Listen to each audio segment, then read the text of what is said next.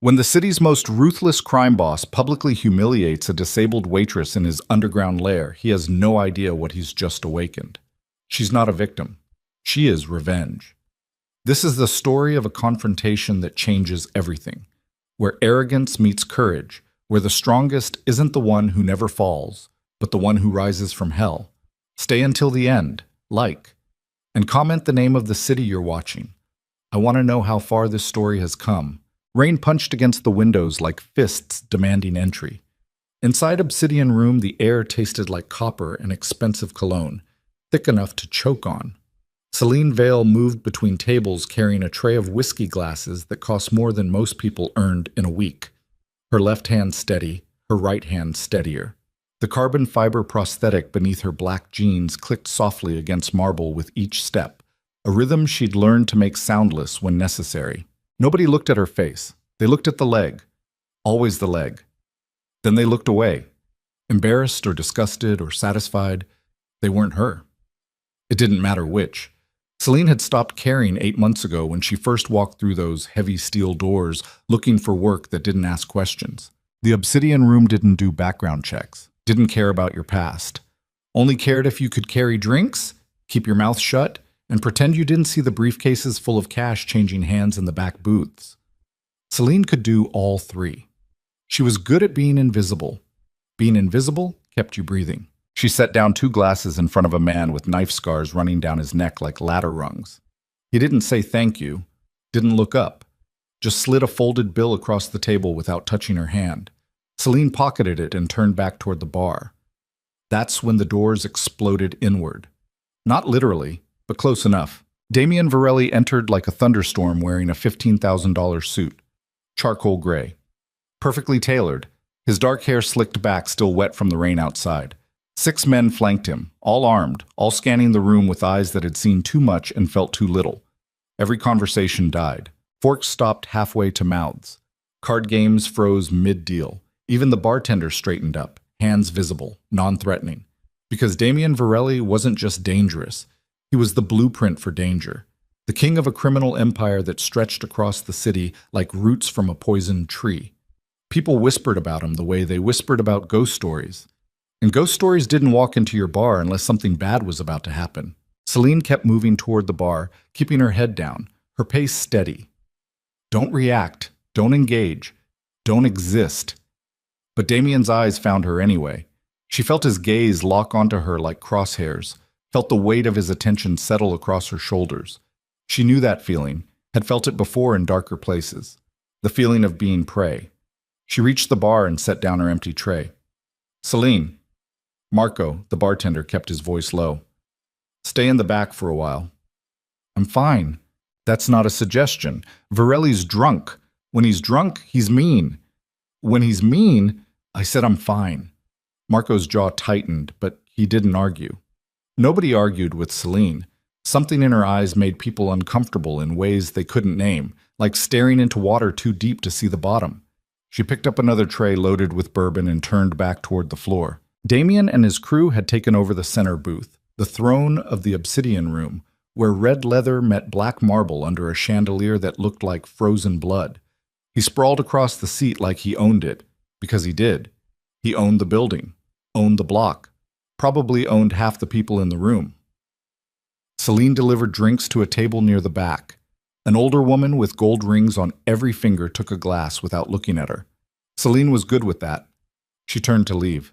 Hey! The voice cut through the low rumble of conversation like a blade through cloth, loud, arrogant. Damien's voice. Celine kept walking. Hey, I'm talking to you. She stopped, not because she wanted to, because everyone was watching now, and stopping was safer than running. She turned slowly, keeping her face neutral, and met Damien's eyes across the room. He smiled. It wasn't kind. Come here. Celine walked toward the center booth. Each step measured, each breath controlled. The prosthetic leg clicked softly against the marble, and she hated that sound right now. Hated that it announced her before she arrived. Hated that Damien's smile widened when he heard it. She stopped 3 feet from the table. Yes? Damien leaned back, arms spread across the booth like a king on a throne. His men watched her with the blank expressions of people who'd learned not to react until told to. One of them had blood on his collar, fresh. "You're the waitress, right?" Damien's words slurred just slightly at the edges. "Drunk, but not stupid drunk. The dangerous kind." "Yes." "What happened to your leg?" The booth went quiet. The kind of quiet that came before violence. Celine kept her voice flat. "I lost it." "Yeah, no shit. How?" "Fire." "Fire?" Damien laughed, sharp and ugly. "That's it? Fire? You didn't fight it off? Didn't punch the flames?" His men chuckled, nervous and obedient. "I'm just saying, you look tough, like a fighter, but I guess fighters need 2 legs, huh?" Celine said nothing. That made it worse. Damien sat forward, elbows on the table, studying her like a puzzle that annoyed him. "You don't talk much. You didn't ask a question." One of his men inhaled sharply. "You didn't talk back to Damien Varelli, not if you wanted to leave with the same number of teeth you came in with." But Damien just smiled wider. "I like that. Tough girl." He picked up his whiskey, swirled it, downed it in one gulp. "But you know what? I don't think you're that tough. I think you're hiding. I think that leg," he pointed at her prosthetic with his empty glass, "makes you weak. And you walk around here pretending you're not, but we all see it. The limp, the struggle. You're broken, sweetheart, and broken things don't last long in this city." The room held its breath. Celine looked at him. Really looked. Saw the expensive suit that couldn't hide the violence underneath. Saw the drunk arrogance covering something older and meaner. Saw a man who'd spent so long being feared he'd forgotten what it felt like to be afraid. She could remind him. But not here. Not yet. "Will that be all?" Her voice didn't shake. Damien's smile faltered for just a second. He wasn't used to people staying calm when he pulled the pin on the grenade.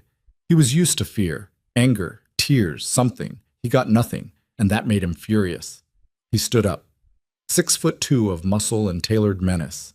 His men tensed, hands drifting toward concealed weapons. The entire bar froze like a photograph. "You think you're tough?" Damien stepped around the table, closing the distance between them. He smelled like whiskey and gunpowder residue. "You think because you survived some fire, you're strong?" Celine met his eyes.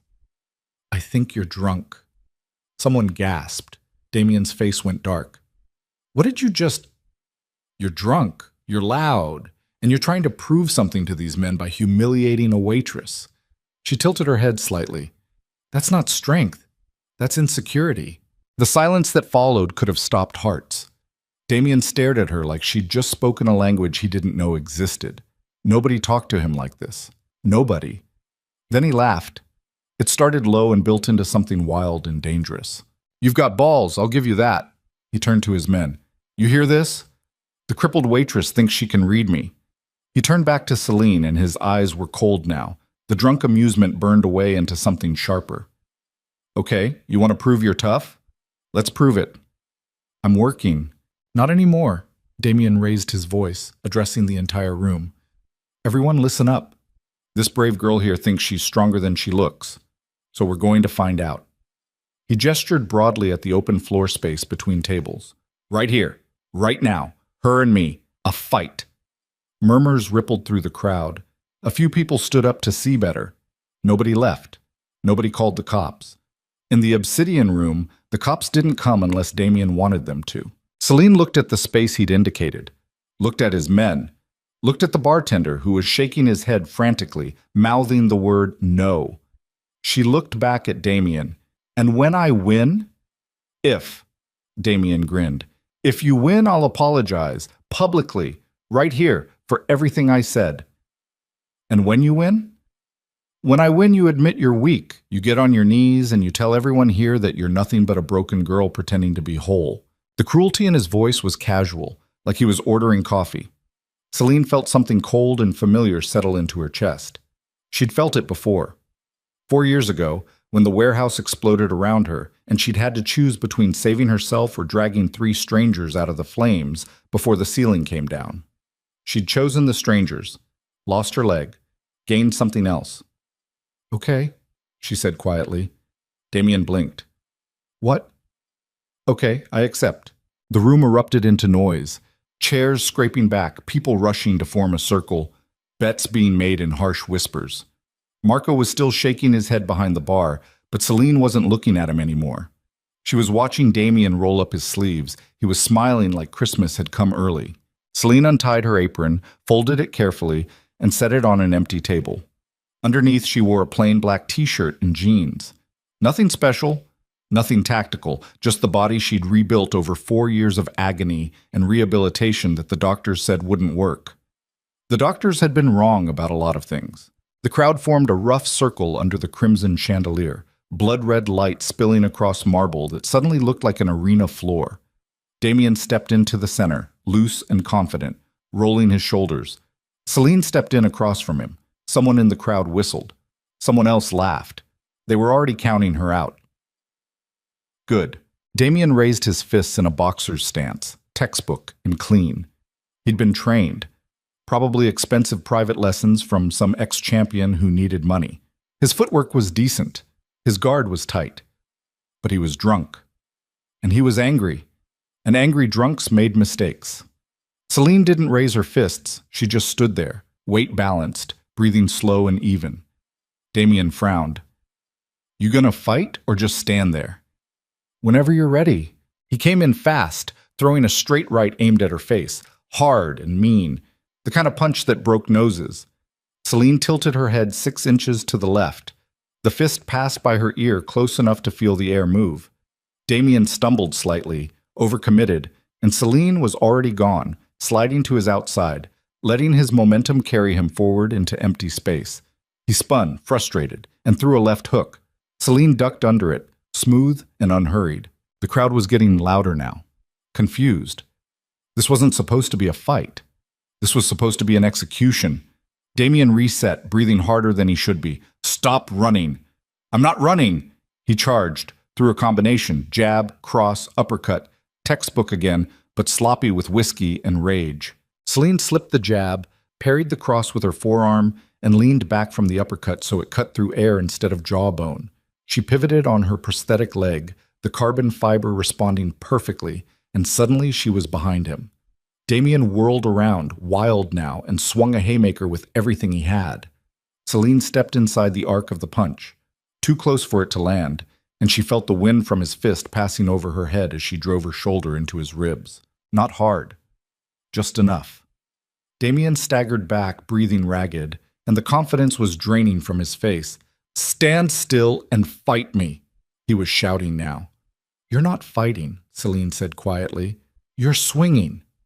That broke something in him. He roared and came at her with both hands. No technique left, just rage and pride and the desperate need to hurt something smaller than his own ego. Celine waited. Waited until he committed. Waited until his weight was too far forward to pull back. Then she moved.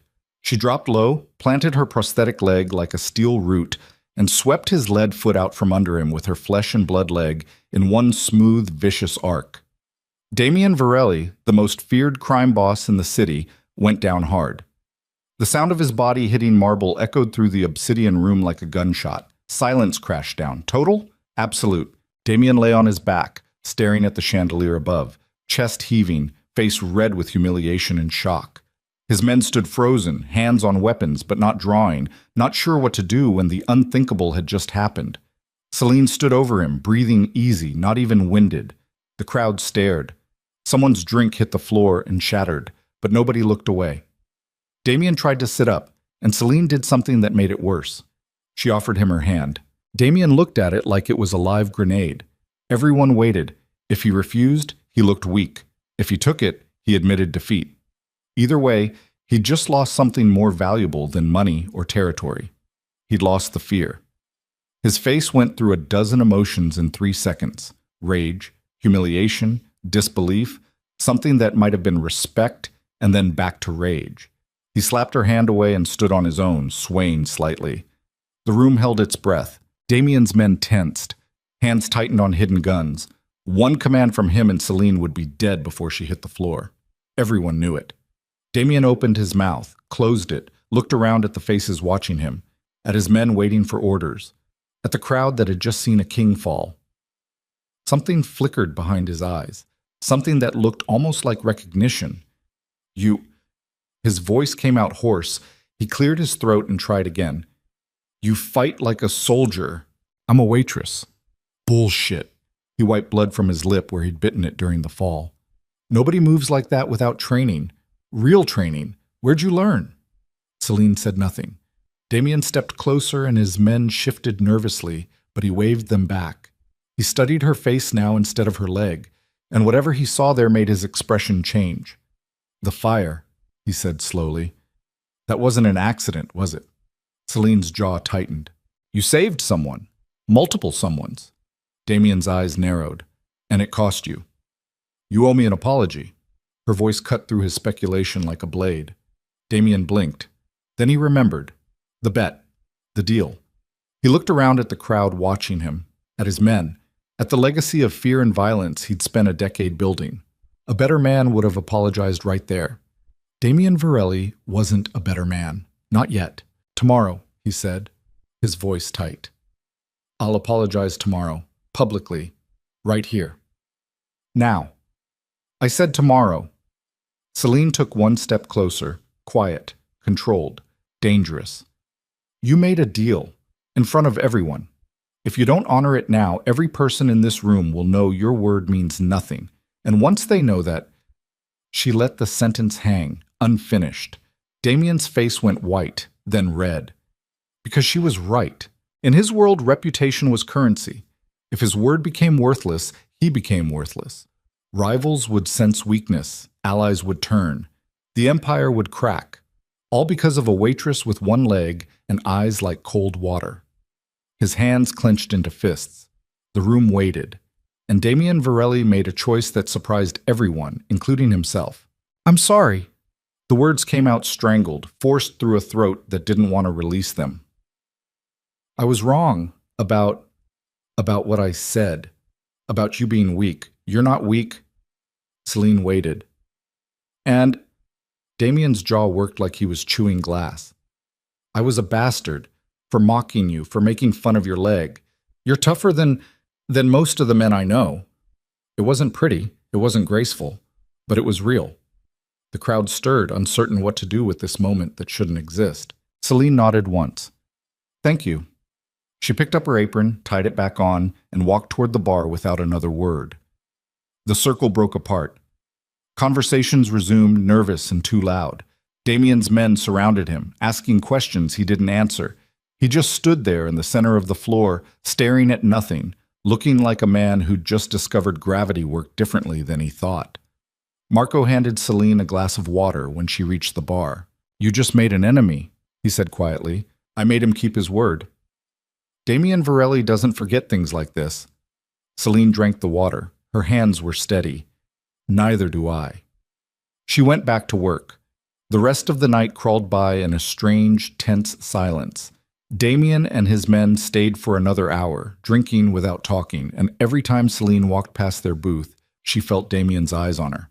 Not angry anymore. Something else. Something harder to read. Finally, just before midnight, Damien stood. His men stood with him. They moved toward the door in a tight formation, and Celine thought that was the end of it. Then Damien stopped, turned around, walked back to the bar. Marco tensed. Celine set down the glass she was drying. Damien stood there for a long moment, looking at her with an expression she couldn't decode, searching for words he didn't have. What's your name? He finally asked. You already know my name. Your full name. Why? Because I want to know who just beat me in front of my entire crew. Celine held his gaze. Celine Vale. Damien nodded slowly, like he was committing it to memory, to history. Celine Vale, he repeated. Then quieter. Where did you learn to fight like that? Same place you learned how to fall. A muscle twitched in his jaw. But he didn't get angry. He just stood there, and for the first time since walking through the doors, he looked uncertain. I meant what I said, the apology. Good. But I need you to understand something. He leaned closer, voice dropping. I don't lose. Ever. And tonight I lost because I was drunk and stupid and underestimated you. That won't happen again. Are you threatening me? No. He straightened up. I'm warning you, because now I'm curious. And when I get curious about someone, I don't stop until I know everything. Celine's expression didn't change. There's nothing to know. Everyone's got a story, Celine Vale, especially people who fight like they've got nothing left to lose. He turned and walked out. His men followed. The door closed behind them with a heavy thud that echoed through the suddenly too quiet lounge. Marco exhaled slowly. That was either the smartest thing you've ever done or the dumbest. Celine went back to drying glasses.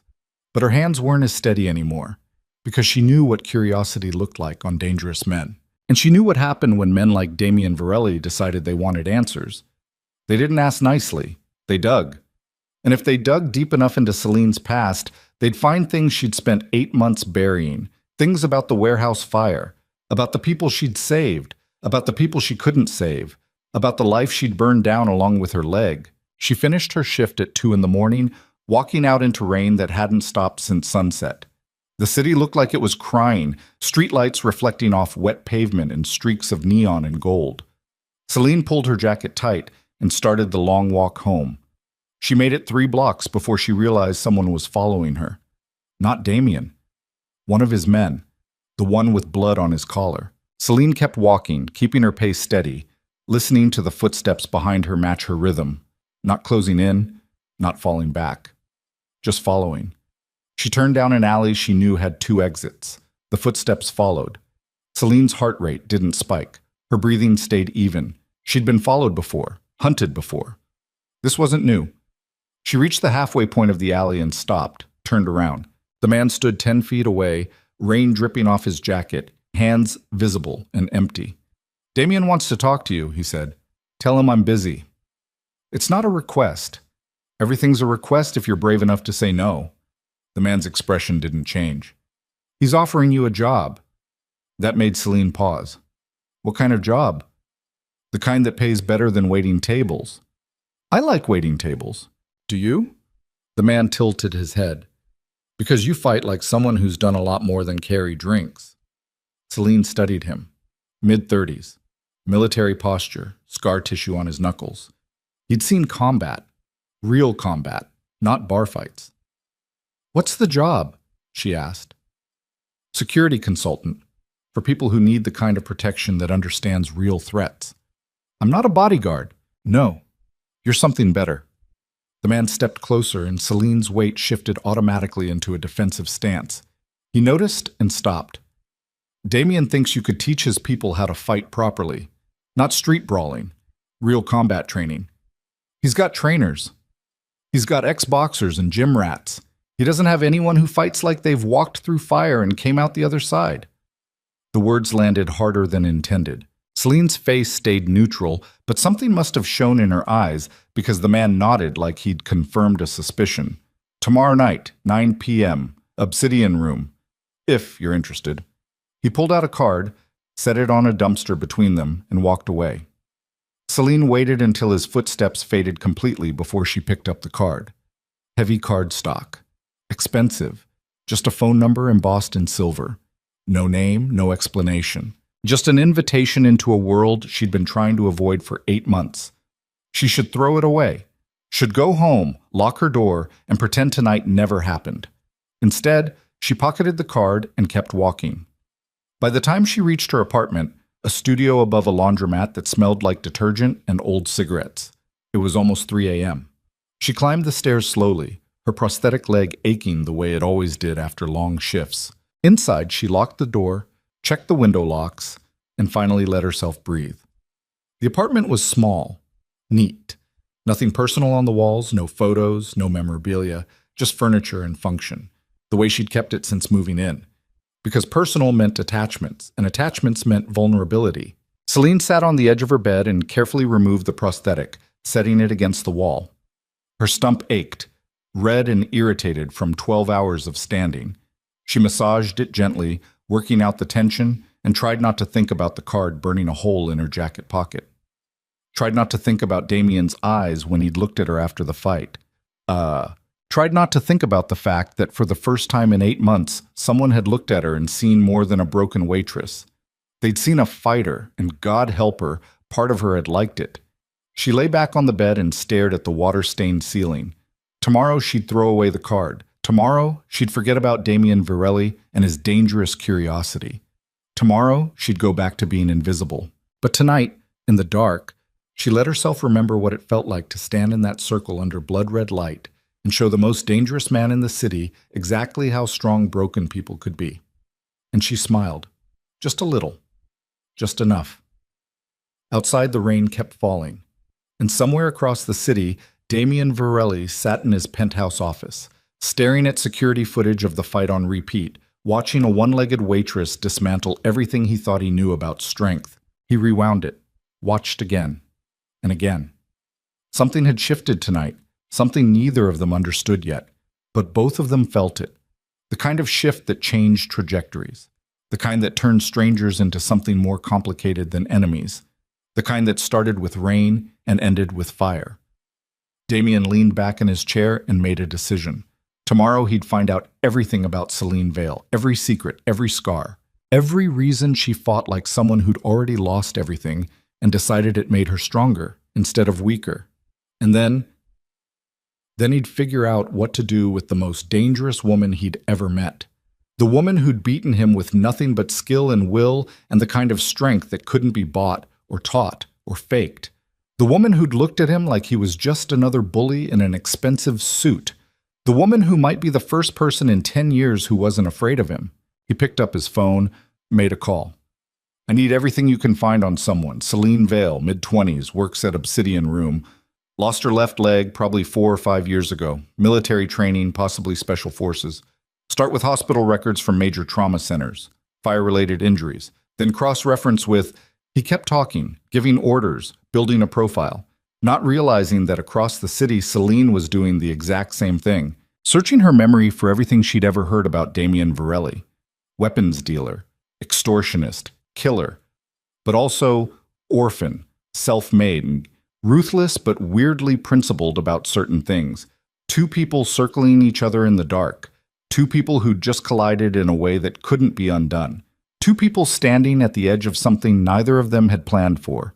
And in the space between them, in the rain-soaked city where violence was currency and weakness meant death, a clock was ticking down toward tomorrow night, 9 p.m., Obsidian Room, where Celine would have to decide if curiosity was worth the risk, if answers were worth the danger, if maybe, just maybe, the most dangerous thing she could do was walk back through those steel doors and find out what happened when two people who'd survived hell realized they recognized something in each other's eyes.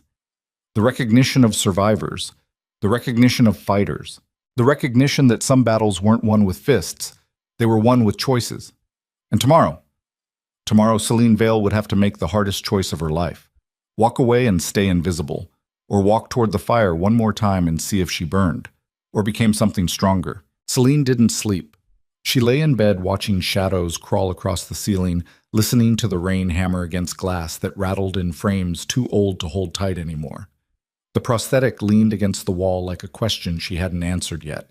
The card sat on her nightstand, silver numbers catching whatever light bled through from the street. 9 p.m., Obsidian Room, 16 hours away. At 5 a.m., she gave up pretending and sat up. Her stump throbbed, angry from yesterday's shift and the fight, and the walking home in the cold. She massaged it with practiced efficiency, working through the pain the way physical therapists had taught her 4 years ago when they said she'd never walk normally again. They'd been wrong about that too. She attached the prosthetic, feeling the familiar pressure of the carbon fiber sleeve against her skin, the click of the lock mechanism engaging. Stood. Tested her weight. Everything held, everything always held. That was the problem with modern prosthetics. They were too reliable. Made you forget you were broken until someone pointed it out. Celine made coffee in a machine that wheezed like an asthmatic and stared out the window at a city waking up to another gray morning. Delivery trucks, early commuters, a homeless man pushing a shopping cart full of plastic bags. Normal life happening to normal people. She wasn't normal anymore. Hadn't been since the warehouse. The coffee tasted like burnt metal, but she drank it anyway, letting the caffeine sharpen edges that felt too soft this morning. She needed to think, needed to plan, needed to decide if she was actually stupid enough to walk back into Damien Varelli's world. Her phone buzzed. Unknown number. She stared at it for 3 rings before answering. Yeah. Miss Vale. The voice was smooth, professional, and completely emotionless. Not Damien, someone else. Mr. Varelli would like to confirm your attendance tonight at 9 p.m. I haven't decided yet. He's offering $50,000 for a 6-week consultation, training his security personnel in advanced close quarters combat. No weapons. Pure technique. Celine's grip tightened on the phone. $50,000. That was a year's salary at the Obsidian Room, more than enough to disappear again if she needed to. Start over somewhere Damien's reach didn't extend, if such a place existed. I'll think about it, she said. He needs an answer by noon. Then he'll have one by noon. She hung up, stood there holding the phone, feeling the weight of the decision pressing down like a physical thing. $50,000 to teach criminals how to fight better, to step into Damien's world voluntarily, to stop being invisible. Her reflection stared back from the window glass. 26 years old, hollow cheeks, dark circles under eyes that had seen too much, hair pulled back in a functional ponytail. Nothing special, nothing threatening. Until you looked closer, until you saw the scars on her knuckles from punching through broken glass to reach people trapped behind fire. Until you saw the way she held herself, balanced and ready, even standing still. Until you saw the thing living behind her eyes that didn't flinch anymore because it had already survived everything that should have killed it. Damien had seen that last night, had recognized it, and now he wanted to use it. Celine grabbed her jacket and left the apartment. The gym was 6 blocks away in a building that used to be a textile factory before the industry died and left corpses all over this part of the city. Now it housed a boxing club on the ground floor, artist studios on the second, and probably drug dealers on the third. Nobody asked questions. Perfect. She'd been training here for 3 months, early mornings when nobody else was around, just her and the heavy bags and the mirrors that showed her every mistake. The owner, an ex-Marine named Rita, with knuckles like tree roots and a face that looked like it had lost arguments with concrete, looked up from her coffee when Celine walked in. "You're here early, even for you." "Couldn't sleep," Rita grunted. She understood insomnia, understood a lot of things she never talked about. "Bag work or sparring?" "Bag." "You got blood on your knuckles yesterday? They healed?" Celine looked down at her hands, scabbed over but functional. "They're fine." "That wasn't a question about function, kid. That was a question about pain." "Same thing." Rita's eyes narrowed, but she didn't push, just gestured toward the heavy bags hanging from chains that looked older than both of them combined. "Wrap your hands first. I don't want you bleeding on my equipment." Celine wrapped her hands with practiced efficiency.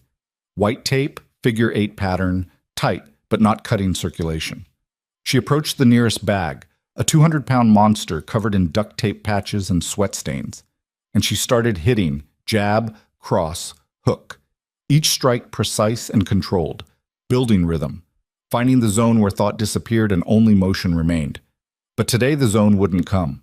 Her mind kept circling back to last night, to Damien's face when he hit the floor, to the look in his eyes when he stood up, to the card on her nightstand and the phone call and the decision hanging over her like a blade.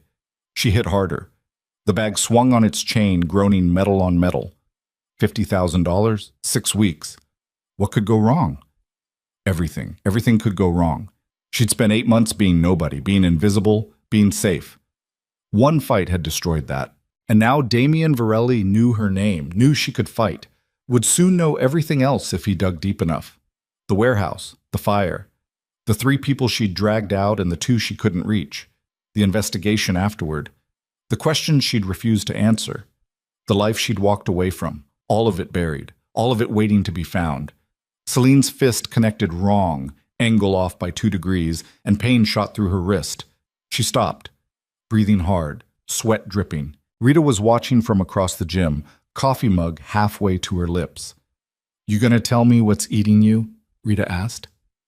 "No." "Figured." Rita set down the mug. "But whatever it is, you're fighting it instead of the bag. That's how you break bones." Celine unwrapped her hands slowly, fingers aching. "Someone offered me a job." "Good money?" "Very good." But it's dangerous." Rita laughed, short and sharp. "Kid, you work at the Obsidian Room. Everything's dangerous. Question is whether the danger's worth the pay. That's not the question. Then what is? Celine looked at her hands, at the scars, at the evidence of choices she'd already made. Whether I want to stop hiding. Silence settled between them, heavy and understanding. Rita came over, moved slow like approaching a spooked animal. She studied Celine's face the way mechanics studied engines, looking for the broken part. Hiding's easy, Rita said finally. Hiding keeps you breathing, but it doesn't keep you living. Living gets you killed. Yeah, sometimes. Rita's expression softened in a way it rarely did. But staying hidden kills you slower, and that kind of death, she tapped Celine's chest, right over her heart. That kind you feel the whole way down. Celine wanted to argue, wanted to say survival was enough, that breathing counted as living if you did it long enough. But Rita's eyes said she'd already had this conversation with herself, and lost. Thanks for the session, Celine said quietly. Didn't charge you yet. Put it on my tab. She left before Rita could respond. Outside the rain had stopped, but the sky looked like it was gathering strength for round 2. Celine walked without direction, letting her feet choose turns while her mind circled the same decision over and over. $50,000. 6 weeks with Damien Varelli's people. Teaching killers how to kill better. Except that wasn't quite right, was it? The job offer was for defensive training, close quarters combat, the kind of thing that kept you alive when bullets stopped flying and fists started. Still violence, but defensive violence, the kind she'd learned when... No. Don't think about that. Don't think about the Corps, about the training, about the missions that took her to places that didn't exist on maps and taught her that the line between hero and monster was thinner than anyone wanted to admit. She'd left that world, had left it before it killed her, or turned her into something she couldn't recognize. The warehouse fire had just been the excuse she needed to walk away permanently, and now Damien Varelli was offering her a door back into violence. Different violence, maybe, but violence always found its level. Her phone buzzed again. 11 a.m., 1 hour until Damien's deadline. The text was from the same unknown number. Mr. Varelli requests your presence at Harlow Tower, penthouse, noon, to discuss terms personally. Not the Obsidian Room, his territory. Celine stopped walking, looked up. She was standing 3 blocks from Harlow Tower, the most expensive building in the city. 60 floors of glass and steel, where the top 10 floors belonged exclusively to Damien. Security tighter than most prisons. Cameras everywhere. Armed guards in suits that cost more than cars. Walking in there meant committing, meant stepping into the cage voluntarily. She should turn around, should go back to her apartment, should text back a polite refusal and find another job somewhere Damien's shadow didn't reach. Instead, she started walking toward the tower. Because Rita was right, hiding was killing her slowly. And maybe, there was something worse than danger. Maybe it was safety that cost everything. The lobby of Harlow Tower looked like it had been designed by someone who thought gold and marble were personality traits. Everything gleamed, everything reflected. Celine's boots squeaked on floors so polished they looked wet. The security desk was manned by 3 people who looked like they ate nails for breakfast and washed them down with gasoline. The woman in the center looked up as Celine approached. Name. Celine Vale. I'm expected. The woman typed something, waited. Her expression didn't change, but something shifted in her posture. ID. Celine handed over her driver's license. More typing, a phone call conducted in monosyllables. Finally a nod. Penthouse elevator. Far left. Code is 8473. Don't deviate from the hallway. Don't touch anything. Mr. Varelli will meet you in his office. Thanks. Wasn't being friendly, was giving orders. Celine took back her ID and walked toward the elevator bank. The penthouse elevator was different from the others. Smaller, faster. Required the code plus a keycard the security woman had given her. The doors closed with a hydraulic hiss, and suddenly she was ascending, fast enough to feel it in her stomach. 60 floors in 40 seconds. The doors opened onto a hallway that looked like a museum had mated with a fortress. Art on the walls that probably cost more than most people's houses. Cameras in every corner. And at the end of the hall, double doors made of dark wood with brass handles shaped like serpents. Celine walked forward, her prosthetic clicking softly on hardwood. The doors opened before she reached them. Damien stood there, backlit by floor-to-ceiling windows that showed the entire city spread out like a circuit board. He'd changed from last night. No suit, just black pants and a charcoal sweater that probably cost $1,000 but looked casual. His hair was still damp like he'd just showered. He looked more dangerous without the suit, more human. "You came," he said. "You noticed." A smile flickered across his face and died. "Come in." She stepped inside and the doors closed behind her with a solid thunk that sounded too much like a cell locking. The office was massive, minimal furniture, a desk that looked carved from a single piece of black stone, bookshelves full of volumes that actually looked red, and weapons, mounted on the walls like art. Knives, swords, a pair of antique pistols, even a crossbow that looked medieval and functional. Damien followed her gaze. Gifts. From people who wanted to stay alive. Generous of them. Fear makes people generous. He gestured to a pair of chairs near the windows.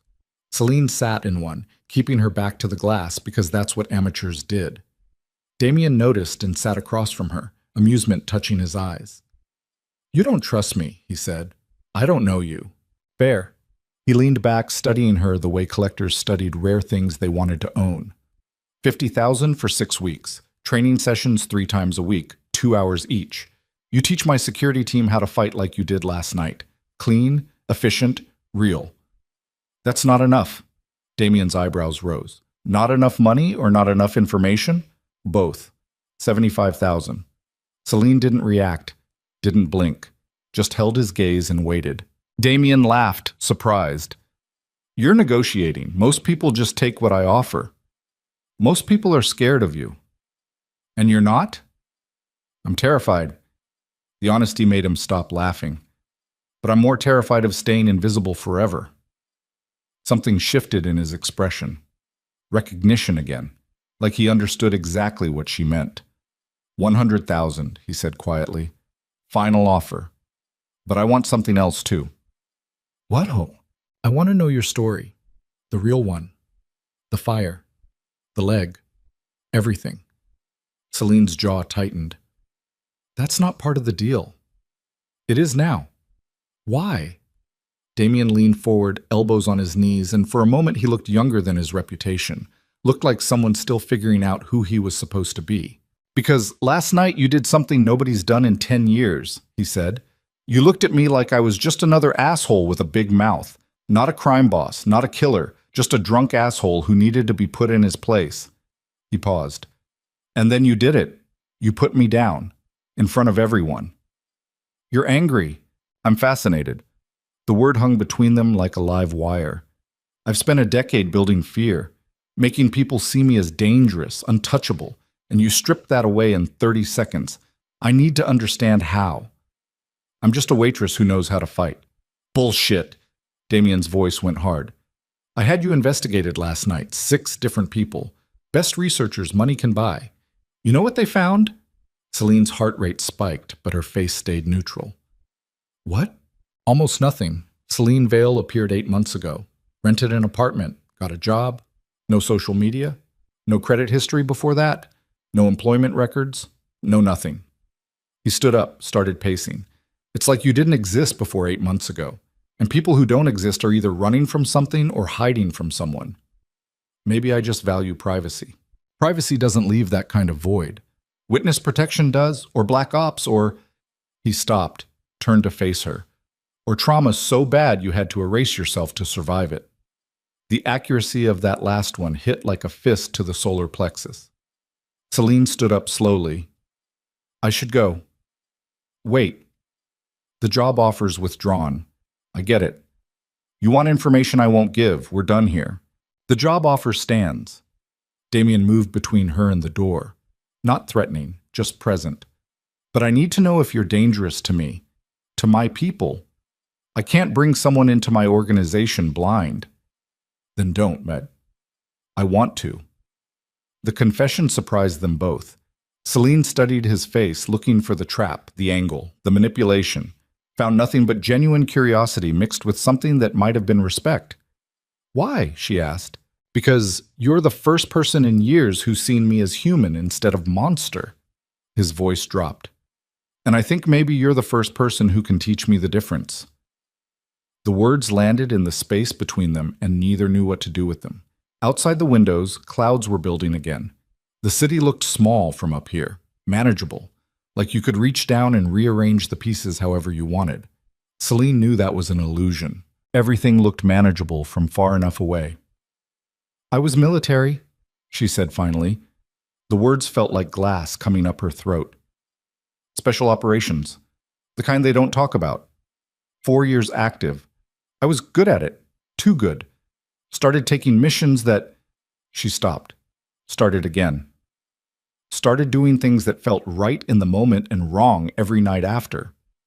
Damien didn't interrupt, just listened with an intensity that felt like weight. The warehouse fire happened during my terminal leave. I was already out, already trying to figure out who I was without the cores, without the missions. Then I saw smoke, heard screaming, and her hands clenched.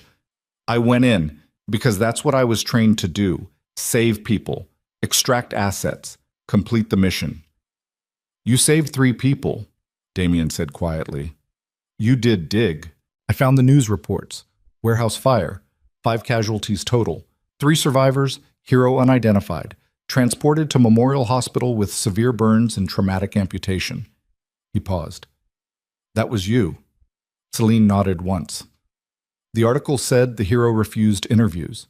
Disappeared from the hospital against medical advice. Police never identified them. I had reasons. I'm sure you did. Damien moved closer, not touching, but close enough she could see gold flecks in his dark eyes. The people you saved, they ever find you? Thank you? No. You want them to? No. The answer came fast and hard. I didn't do it for thanks. I did it because they were there and I could reach them. That's all. That's not all. Damien's voice was gentle now, probing. You could have stopped at 1, at 2, but you went back for the 3rd. The building was collapsing. You went back anyway. How do you know that? One of the survivors talked to press years later, said someone came back through flames for them, dragged them out while ceiling beams fell, lost their leg when debris pinned them down, shielding the survivor's body. Celine's throat tightened. She hadn't known that story made it to press, hadn't known anyone knew the details. That survivor has nightmares about it, Damien continued. Nightmares about someone screaming while fire ate them alive. Nightmares about being pulled free and looking back to see their rescuer trapped. Gone. Stop. Why? Because it's true? Because you're the hero in everyone else's story and the victim in your own? I said stop. Her voice cracked. Damien stopped, stepped back. The silence stretched until it ached. I'm sorry, he said finally. I shouldn't have pushed. Celine turned away, looking out the windows at a city that suddenly felt too small to hide in. You wanted to know my story. There it is. I used to kill people for my country. Then I almost died saving strangers, lost my leg, lost my career, lost everything I thought made me valuable, spent 4 years learning to walk again, 8 months learning to be nobody. She faced him again. Happy now? No. Damien's expression was complicated. But I understand better. Understand what? Why you fight like you've got nothing to lose, because you already lost it. He moved to his desk, pulled out a folder. This is the contract, 100,000, 6 weeks, 3 sessions per week, training my people. No questions about your past. No digging. You teach, you get paid, you leave. He held out the folder. Celine didn't take it. What's the catch? No catch, just... He hesitated. Just a request. Which is, if you're going to teach my people how to survive, I want to learn too. Damien's jaw tightened like the words cost him. I want you to teach me, personally, everything you know about real combat, not the street fighting bullshit I grew up with. Real technique. Why? Because last night I realized I've been winning fights through fear and numbers, not skill, and the first person who doesn't fear me, he gestured at her, puts me down in 30 seconds. That's a weakness I can't afford. Celine understood that logic, respected it even. But teaching Damien Varelli how to fight better felt like handing a loaded gun to someone already drowning in weapons. I need time to think, she said.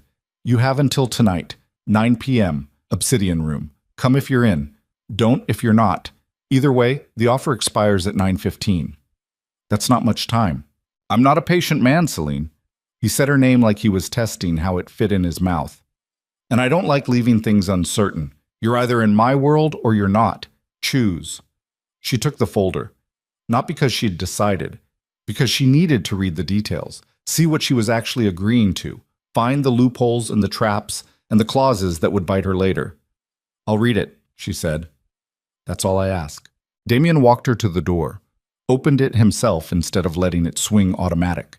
A strange gesture of courtesy from a man whose reputation was built on brutality. Celine. He stopped her before she stepped into the hallway. For what it's worth, what you did in that warehouse, that took more courage than anything I've ever done. You don't know what you've done. I know it's never been selfless. The honesty in that hit different than she expected. She left without responding. The elevator ride down felt longer than the ride up. Celine stared at her reflection in the polished steel doors and saw someone she barely recognized anymore. Someone standing at a crossroads with no good options. Take the job. Step back into violence, into Damien's world, into the version of herself she'd tried to bury.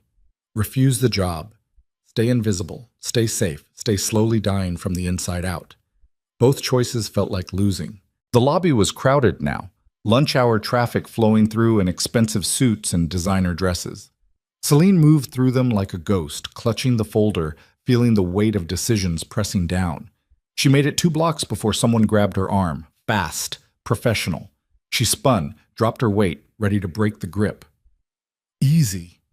The man from last night, the one with blood on his collar, now wearing a clean shirt but the same dead eyes. Just a message. From Damien? From me. He released her arm. I'm Marcus, head of Varelli Security. If you take this job, you report to me. Good to know. No, you don't understand. Marcus stepped closer, voice dropping. Damien sees something in you. I don't know what. Don't care. But I need you to understand something before you sign anything. I'm listening. Damien's changing. Last 6 months he's been different, questioning things, hesitating, making decisions that put us all at risk because he's trying to be, Marcus struggled with the word, better. And that's going to get people killed. Then quit. Can't. I owe him my life, literally, but I can warn you. His eyes were hard. Whatever you think you see in him, that hesitation, that humanity, it's new, it's fragile. And the second things go bad, the second his empire's threatened, the real Damien comes back. The one who built this organization on corpses and terror. That's the man you need to be ready for. Celine studied him. You telling me not to take the job? I'm telling you to go in with eyes open. Damien Varelli is dangerous because he's smart and ruthless and good at reading people. But he's most dangerous when he wants something, because he doesn't stop until he gets it or destroys it trying. And what does he want from me? Marcus looked at her like the answer should be obvious. Redemption. He thinks you can teach him how to be human again. He laughed, bitter. And maybe you can. But redemption comes with a price, usually paid in blood, usually someone else's. He walked away before she could respond. Celine stood there on the sidewalk while people flowed around her like water around stone. Everything Marcus said made sense. Everything Marcus said was probably true.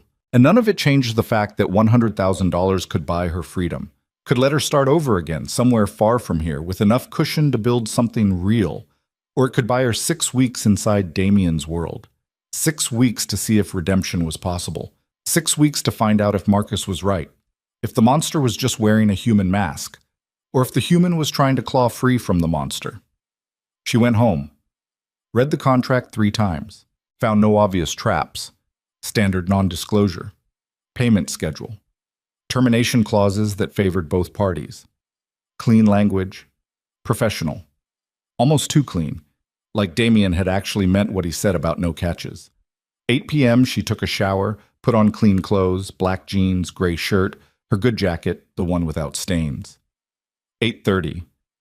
She sat on her bed and stared at the contract, 8:45, she picked up a pen.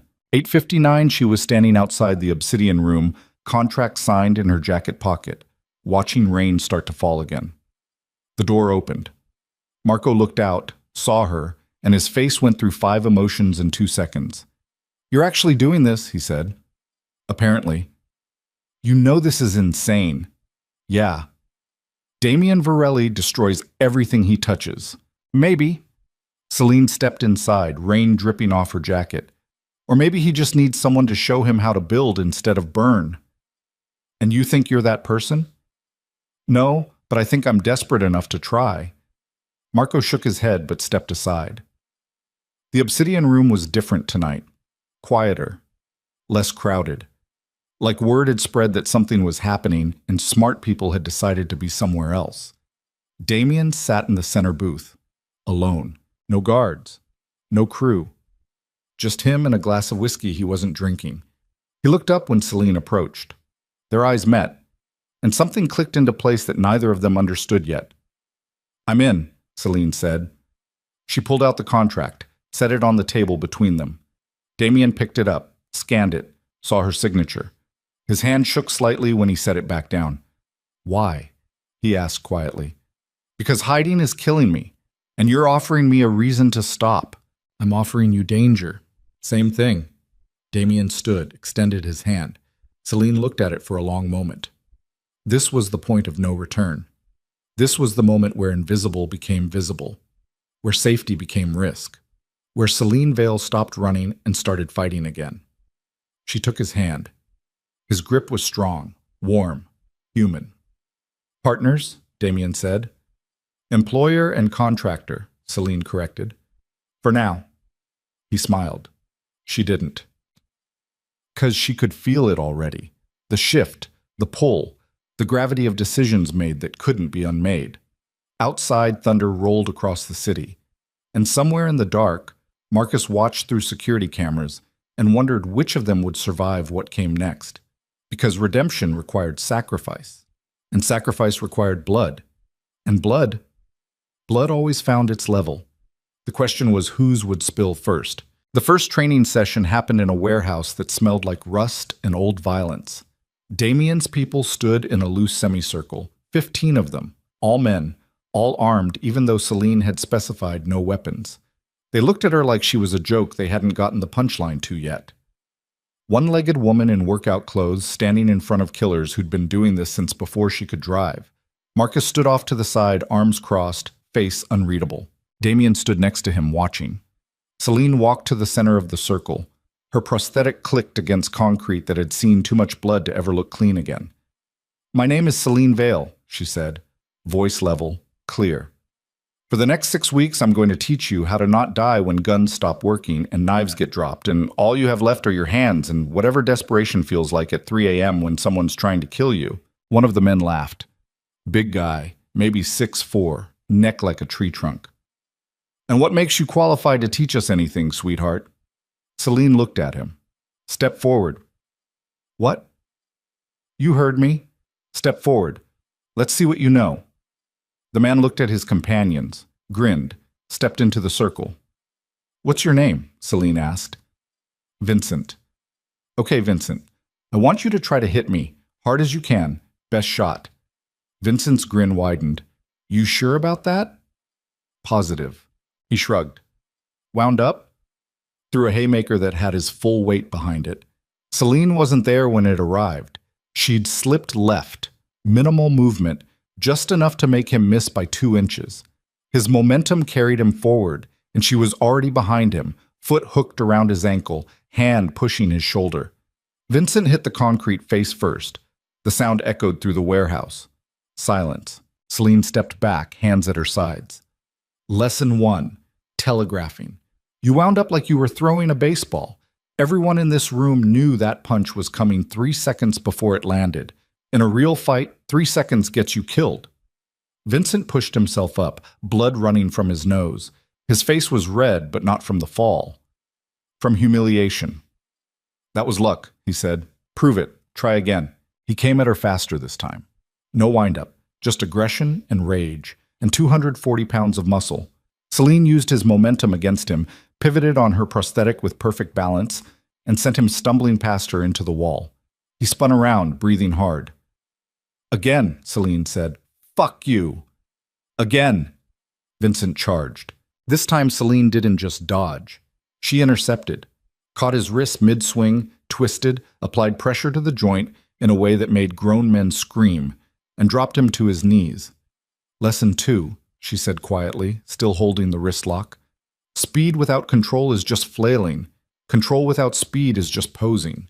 You need both. And right now you have neither.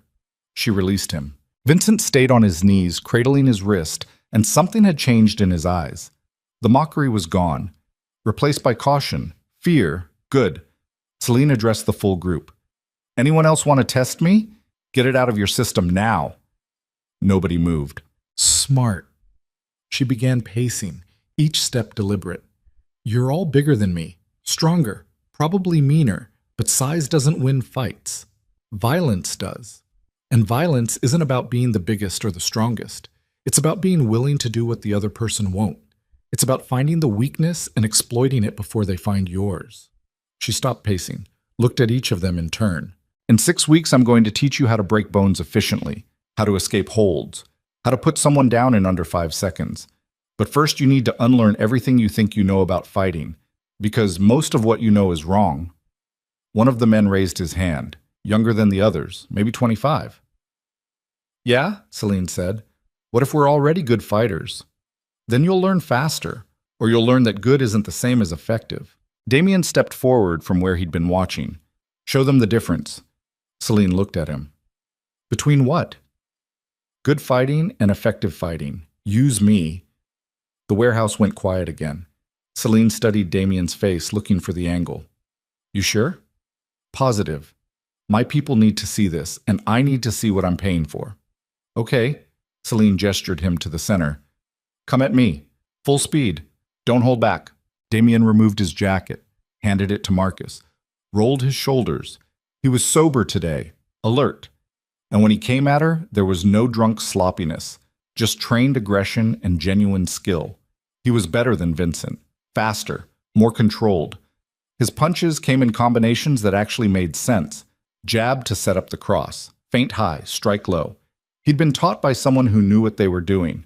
But Celine had been taught by people who knew what worked when dying wasn't optional. She let him chase her for 30 seconds, let him think he was close. Then she changed levels, shot low under his guard, and swept both his legs. Damien went down harder than Vincent had, but he didn't stay down. He rolled, came up in a crouch, and his eyes were bright now, excited. Again, he said. They went again. This time Damien lasted 45 seconds before Celine put him on his back with a throw that used his own momentum against him. And again, each time Damien got a little better, adapted a little faster, started reading her movements. After the 5th attempt, Celine called time. Damien sat on the concrete, breathing hard, sweat soaking through his shirt. But he was smiling, actually smiling. You're a natural learner, Celine said. I'm getting my ass kicked. Same thing. You're not making the same mistake twice. That's rare. She offered him her hand. He took it, pulled himself up. Their faces were close for a second. Close enough that Celine could see the gold flecks in his eyes again, could smell his cologne mixing with honest sweat. She stepped back. Professional distance. But something had shifted. The men had seen their boss get dropped 5 times and come back smiling, seen him treat it like learning instead of losing. Respect changed hands in that warehouse. Not for Damien, for Celine. The rest of the session went smoother. Celine walked them through basic principles. Balance, leverage, targeting, how to recognize when someone was trained versus when they were just violent, how to use prosthetics and injuries and perceived weaknesses as weapons instead of handicaps. By the end of 2 hours, even Vincent was taking notes. Damien approached her as people filtered out. That was impressive, he said. That was basics. Then I'm looking forward to advanced. He pulled an envelope from his jacket. First payment, $20,000. Contract says payment after each week. Celine took the envelope, felt the weight of cash that represented more than she'd made in 6 months at the Obsidian Room. Thank you. Don't thank me. You earned it. Damien hesitated. I want to hire you for private sessions too. The contract covers group training. I'll pay separately for one-on-one. How much? 5,000 per session, 2 sessions a week. Celine did the math. That was another 40,000 over 6 weeks. Total payout would be 140,000. Life-changing money. Disappearing money. Why? She asked. Because I need to be better than them. Damien gestured at his departing crew. If I'm going to lead, I can't be the weakest person in the room. You're not weak? I got dropped 5 times in 10 minutes. You got up 5 times. That's not weakness. That's stubbornness. Damien's expression softened. My father used to say stubbornness was just pride that refused to learn. Smart man. He was. Until someone put a bullet in him for being too smart.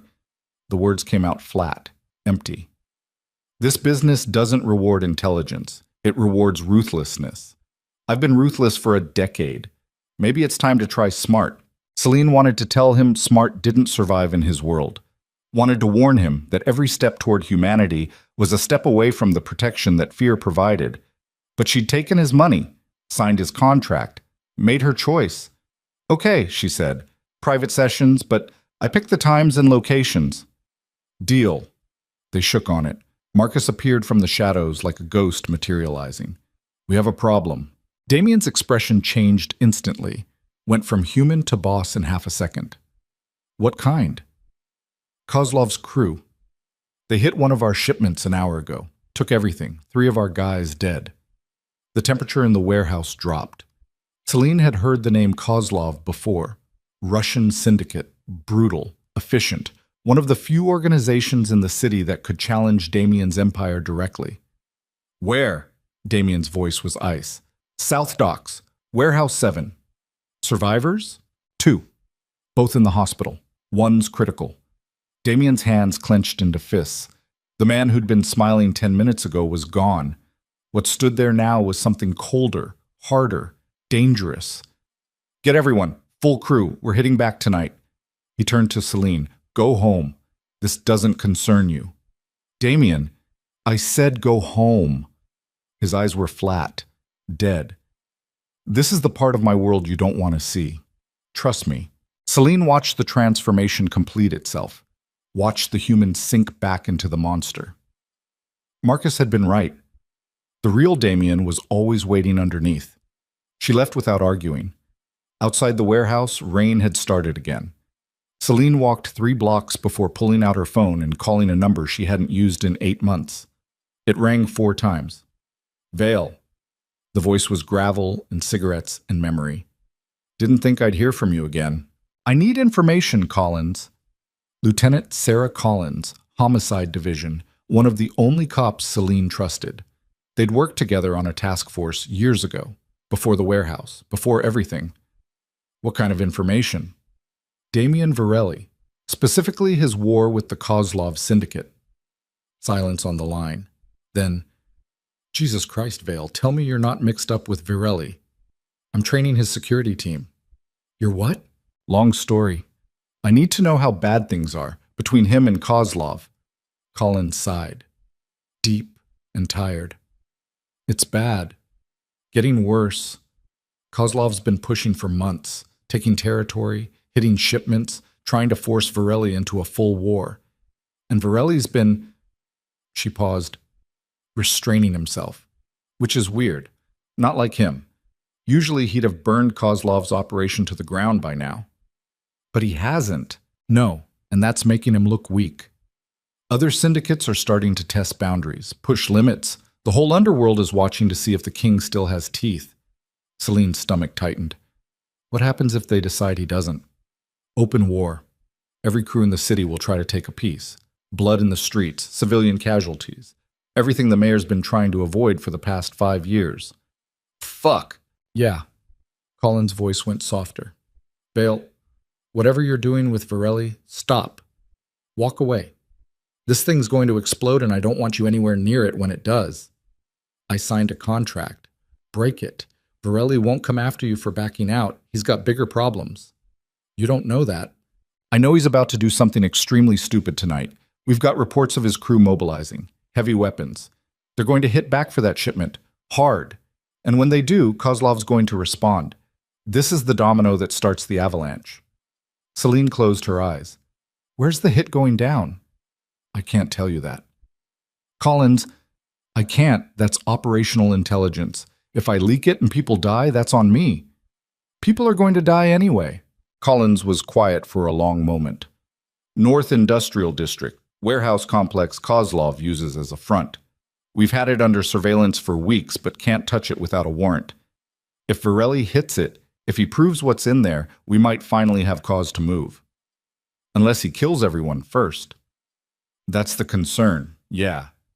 Celine thanked her and hung up, stood there in the rain trying to decide what her responsibility was here. She was training Damien's people to defend themselves, not to attack, not to wage war, but the money in her pocket came from the same violence she was trying to ignore. And Damien was about to cross a line that Marcus said he'd been avoiding, about to become the monster again because hesitation looked like weakness and weakness invited death. She should go home, should stay out of it, should cash the check and pretend she didn't care what happened next. Her feet started moving toward the industrial district. She arrived an hour before Damien did. The warehouse complex was exactly what Collins described. 3 buildings, chain-link fence, single guard at the gate who looked bored until Celine approached from the shadows and put him to sleep with a chokehold that cut blood flow without killing. She dragged him into the bushes, zip-tied his hands with a strap from her bag, gagged him with his own shirt. Then she entered the complex. The first warehouse was empty. Storage containers and cobwebs. The second warehouse was where the operation lived. Celine crouched on a catwalk above the main floor, watching through gaps in the railing. 12 men, all armed, all Russian based on the conversation she could half hear. They were packing crates with product, white bricks that could only be one thing, cocaine. Millions of dollars worth. This wasn't just a warehouse, this was Kozlov's distribution hub, and Damien was about to burn it down. Celine checked her phone. 10:30 p.m. If Collins was right, Damien's crew would hit around midnight when shipments normally moved out. She had 90 minutes. To do what? Warn Damien? Tell him it was a trap? Because it felt like a trap, too easy, too obvious. Or warn Kozlov? Let him know attack was coming so he could prepare. Neither option felt right. Both felt like picking sides in a war she didn't want to fight. She was still debating when the door exploded inward. Not midnight, not 90 minutes. Now. Damien's crew came through like a hurricane with guns. Automatic fire tore through the warehouse, muzzle flashes strobing the darkness into freeze frames of violence. The Russians returned fire. Chaos erupted. Celine pressed herself flat on the catwalk, bullets pinging off metal around her. Below, men screamed and died and killed and bled. She saw Damien enter through the smoke, saw him move with brutal efficiency, putting down anyone who pointed a weapon his direction. No hesitation, no mercy. This was the real Damien, the one Marcus warned her about, the one who'd built an empire on corpses. The firefight lasted 3 minutes. When it ended, 8 Russians were dead. 4 of Damien's people were down. The warehouse looked like a war zone. Damien stood in the center, breathing hard, guns still raised. "Clear the product," he shouted. "Everything. We take it all. Send Kozlov a message." His crew moved to obey. Celine knew she should stay hidden, should wait until they left, should never reveal she was here. But then she saw it. The tripwire. Thin. Almost invisible. Running from the main crate stack to a device mounted on the wall. A bomb. Big enough to take out the entire warehouse and everyone in it. Kozlov hadn't been storing product here. He'd been baiting a trap, and Damien had walked right into it. Celine moved without thinking, vaulted over the catwalk railing, dropped 15 feet to the concrete floor, rolled to absorb impact, came up running. "Stop!" she screamed. Damien spun, gun coming up to target her automatically. He froze when he saw her face. "Celine, what the fuck? Don't touch the crates. It's wired. The whole place is wired." Everyone stopped moving. Marcus appeared from the smoke, weapon raised. "How do you know?" "Because I can see it." Celine pointed at the tripwire. "Right there, connected to that wall unit. That's an explosive device. You move those crates, we all die." Damien looked where she was pointing, saw it, His face went white. "Everybody out," he said quietly. "Now, leave everything. Just get out." His crew didn't argue, moved toward the exits fast. Marcus grabbed Damien's arm. "We need to go." "I'm right behind you." Marcus left. It was just Celine and Damien now, standing in a warehouse full of cocaine and explosives. "You shouldn't be here," Damien said. "Neither should you." "This is my business. This is suicide." Celine moved closer, careful not to disturb anything. "Kozlov set you up. This whole thing was bait. You come in, take the product, trigger the bomb. Everyone dies. Your crew, your reputation, your empire, gone." Damien stared at the crates like they were a puzzle he couldn't solve. "How did you know to come here?" "I didn't. Celine struggled for words. "I had a bad feeling, called a contact, found out where the hit was going down. Got here early." "Why?" "Because I didn't want you to do something stupid." "Too late for that." Damien's laugh was bitter. "I just walked my best people into a death trap because I was too angry to think straight." "But you're walking out. That's what matters." "Is it?" He looked at her finally, really looked, and his eyes were haunted. "You know what I was going to do? I was going to burn this whole place down, send a message written in ashes. That's who I am, Celine. That's the man you took money from." "I know who you are." "Do you?" "Because I'm starting to wonder if I do." The moment stretched between them, fragile and dangerous. Then Celine's instinct screamed. She grabbed Damien's arm. "We need to move, now." "Why?" The door they'd come through slammed open. Kozlov entered with 20 men, all armed, all wearing expressions that said they'd been expecting this. "Damien Virelli." Kozlov's accent was thick, Russian, cold. "You are predictable man, angry man, stupid man." Damien's hand went to his gun. Kozlov's men raised their weapons. "I would not do that," Kozlov said. "You pull gun, my men shoot. You die. Your pretty friend dies. Nobody wins." Celine calculated odds. 20 armed men versus 2, one of whom was her. No winning this, only surviving. "Let her go," Damien said. "This is between us." Kozlov looked at Celine with interest. "Ah, the woman who beat you. I hear stories, very entertaining stories." He smiled. "But no, she stays. Because I want to know something." "What?" "I want to know why Damien Virelli brings his combat trainer to warehouse raid." Kozlov stepped closer. "Unless she is not just trainer, unless she is something else, something more important." The implication hung in the air like smoke. Celine's mind raced. Kozlov thought she mattered to Damien personally, thought she was leverage. He wasn't completely wrong. "She's nobody," Damien said. Just an employee, wrong place, wrong time." "No." Kozlov shook his head. "Nobody does not look at Damien Virelli the way she looks at you, like she is worried, like she cares." He gestured to his men. "Bring them both. We have much to discuss." The men moved forward. Celine counted them, tracked positions, calculated angles. She could maybe take 3 down before they shot her. Maybe 4 if she was lucky. But 20 was impossible. Damien caught her eye, shook his head slightly. "Don't fight. Not yet." They were zip-tied and disarmed, marched out of the warehouse into the rain, shoved into the back of a van that smelled like diesel and old blood. The doors slammed shut. Darkness. Selena's wrists ached where the plastic bit into skin. Her prosthetic pressed awkwardly against her leg, but her mind was working through scenarios. Kozlov wanted something, wanted leverage, wanted to break Damien, and he thought Celine was the way to do it. The van drove for 20 minutes. Stopped. Doors opened. They were dragged out into a basement that looked like it had witnessed too many final moments. Concrete walls, drain in the floor, tools hanging on the walls that weren't for construction. Celine had been in rooms like this before, in other countries, for other reasons. She knew what they meant. Kozlov entered, removing his jacket carefully. "Damien Virelli, the king, the legend, sitting in my basement like common criminal. How times change." "What do you want?" Damien's voice was steady despite the situation. "Want? I want many things. I want your territory, your operations, your empire." Kozlov pulled up a chair. sat backward on it, arms crossed over the back. But more than that, I want you to understand something. You have been weak, soft. For months you hesitate. You negotiate. You try to be, what is word? Civilized. And this makes you vulnerable. I'm not weak. No. Then why is Celine Vale still breathing? Kozlov smiled. I know about Warehouse Fire, about the people she saved, about her military record, about everything she is trying to hide. You think I do not research? Think I do not prepare? Celine's blood went cold. What are you talking about? Damien looked at her, confused. Kozlov's smile widened. Oh, you do not know. How delicious!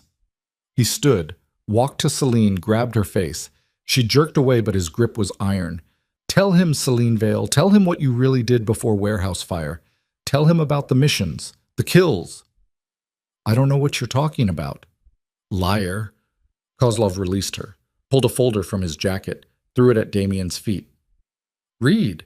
Damien couldn't pick it up with his hands tied, but he could see the photos spilling out. Pictures of Celine in uniform, in tactical gear, standing over bodies in countries that weren't supposed to have American soldiers. His face went from confused to shocked to something harder to read. She is not just soldier, Kozlov said. She is killer. Black ops. The kind that makes people disappear. She has more blood on her hands than you do, Damien. More than me. More than anyone in this city.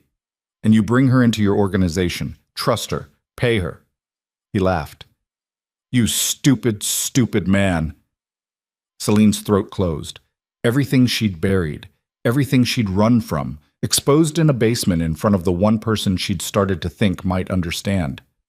Damien looked at her. His expression was unreadable. Is it true? He asked quietly. Celine wanted to lie, wanted to deny it, wanted to explain that those missions were different, that she'd been following orders, that she'd left that life behind. But the photos didn't lie. Yes, she whispered. How many? What? How many people did you kill? The question landed like a physical blow. Celine's jaw tightened. I don't know, stopped counting. Something flickered across Damien's face. Pain, betrayal, recognition. You lied to me, he said. I didn't. You said you were a soldier, that you saved people. You never mentioned you killed them too. It's complicated. No. His voice went hard. It's actually very simple. You spent weeks making me feel like a monster for the things I've done. Looking at me like I was broken and violent and wrong. Meanwhile, you've got a body count that makes mine look amateur. The words cut deeper than Celine expected. Because he was right. She had judged him, had looked down on his violence while ignoring her own. Those were sanctioned operations, she said.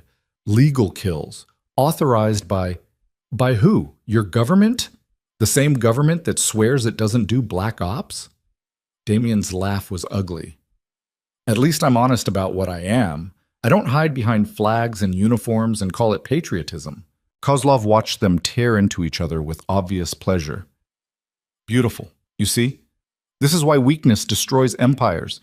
You let her in, let her make you soft, and now you see truth. She is just like us, just like you. A killer pretending to be something better. Celine wanted to argue, wanted to defend the difference between sanctioned violence and criminal violence. But in this basement, staring at photos of people she'd killed in the name of national security, the distinction felt thin, felt like the lie she'd been telling herself for 4 years. Kozlov pulled out a knife. Long. Serrated. The kind designed to cause maximum pain. So now we come to business. He tested the blade against his thumb, drew blood, smiled. Damien, I am going to hurt Celine Vale, badly, and you are going to watch. And when you are ready to give me what I want, when you are ready to sign over your territories and operations and empire, I will stop. Go fuck yourself. I expected this answer. Kozlov moved toward Celine. We start with fingers, then toes, then more interesting places. By the end, you will beg me to let you surrender. They always do. Celine's heart rate spiked, but her mind went cold. Clear. Because she'd been in this situation before, had been captured, tortured, broken. And she'd survived by going to a place inside herself where pain couldn't reach, by becoming something other than human, by becoming the weapon they'd trained her to be. Kozlov grabbed her hand, positioned the knife against her pinky finger. Last chance, Damien. Save her or watch her bleed. Damien's face was a mask, showing nothing. Celine looked at him, met his eyes, and something passed between them that Kozlov couldn't see. An understanding, a decision. Do what you have to do, Damien said to Kozlov. But you're not getting my empire. Kozlov shrugged. Your choice. He started cutting. Pain exploded through Celine's hand, but she didn't scream, didn't give him the satisfaction, just locked her jaw and breathed through it, and found that cold place where she'd survived worse. Because this wasn't the first time someone had cut her. Wasn't even close. And if she could survive a building collapsing on her while fire ate her alive, she could survive this. She could survive anything. The question was whether Damien could. Whether he'd break before she did. Whether the humanity she'd seen in him was strong enough to withstand watching her suffer. Or whether the monster would come back. And if it did, everyone in this basement was dead, including her. Kozlov worked slow, methodical, each cut precise, drawing maximum pain for minimum damage. Professional. Celine's vision started to gray at the edges, but she kept breathing, kept finding that center where flesh was just meat, and pain was just signal, and survival was all that mattered. 10 minutes. 15. Her hand was ruined, blood pooling on concrete, running toward the drain, and Damien hadn't broken. Sat there watching with eyes like stones, showing nothing. Kozlov finally stepped back, frustrated. You are tougher than you look, Miss Vale, but we have only started. The next hour will be much worse. He moved toward the tool wall, selected pliers. Celine's breath hitched despite her control, because she knew what pliers meant, knew what came next, and even the cold place inside her had limits. Wait. Damien's voice cut through the basement like a blade. Kozlov turned. Yes? I'll give you what you want. The territories? The operations? All of it. Just stop hurting her. Victory flashed across Kozlov's face. Finally, the great Damien Varelli breaks. I'm not broken. I'm making a deal. Damien's eyes met Celine's. Let her go, unharmed. Get her medical attention, and I'll sign whatever you want. No. Celine's voice came out hoarse but firm. Don't do it. This isn't your choice. It's your empire. Everything you built. Don't throw it away for what? For you? Damien's expression softened despite the circumstances. You came to that warehouse to save me. Risked everything. Why would I do less for you? The words hung between them. Kozlov watched with narrowed eyes. This is very touching. But I think perhaps I was right. She is not just employee, she is something more. She's someone who didn't deserve this, Damien said. Now, do we have a deal or not? Kozlov considered. I want it in writing, contracts, legal documents, signed by you, witnessed by my lawyers. Fine. Set it up. And during setup, she stays here, with me. As insurance, you do not change mind. No, she goes to a hospital, now, or the deal's off. Kozlov's eyes hardened. You are not in position to make demands. Neither are you. My empire's worth millions. You want it? You play by my rules. Celine goes to a hospital, gets treated. Once she's stable, we sign papers. Otherwise, you get nothing but a war you can't win. The standoff stretched. Celine could see Kozlov calculating, weighing options, trying to find the angle. Okay, he said finally. Hospital. But my men watch her. Any trick, any escape attempt, and I kill her and you both lose. Agreed. Kozlov gestured to his men. Get her cleaned up. Take her to memorial. Private room. Guard the doors. They cut Celine's zip ties. Her ruined hand throbbed with each heartbeat. She could barely stand. Damien was still tied, still kneeling on concrete. He looked at her one last time. I'm sorry, he said. For what? For not seeing you clearly. For judging you. For... His voice broke slightly. For getting you into this. You didn't get me into anything. I walked in myself. Still, I'm sorry.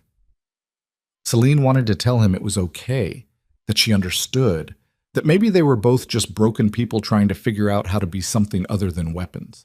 But Kozlov's men were dragging her toward the stairs, and Damien was watching her leave with eyes that looked like he was watching her die. And maybe he was, because the woman who'd walked into that warehouse wasn't coming back.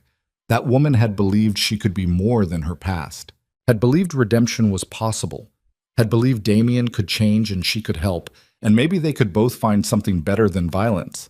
But her blood was draining into that basement floor. Her hand was destroyed.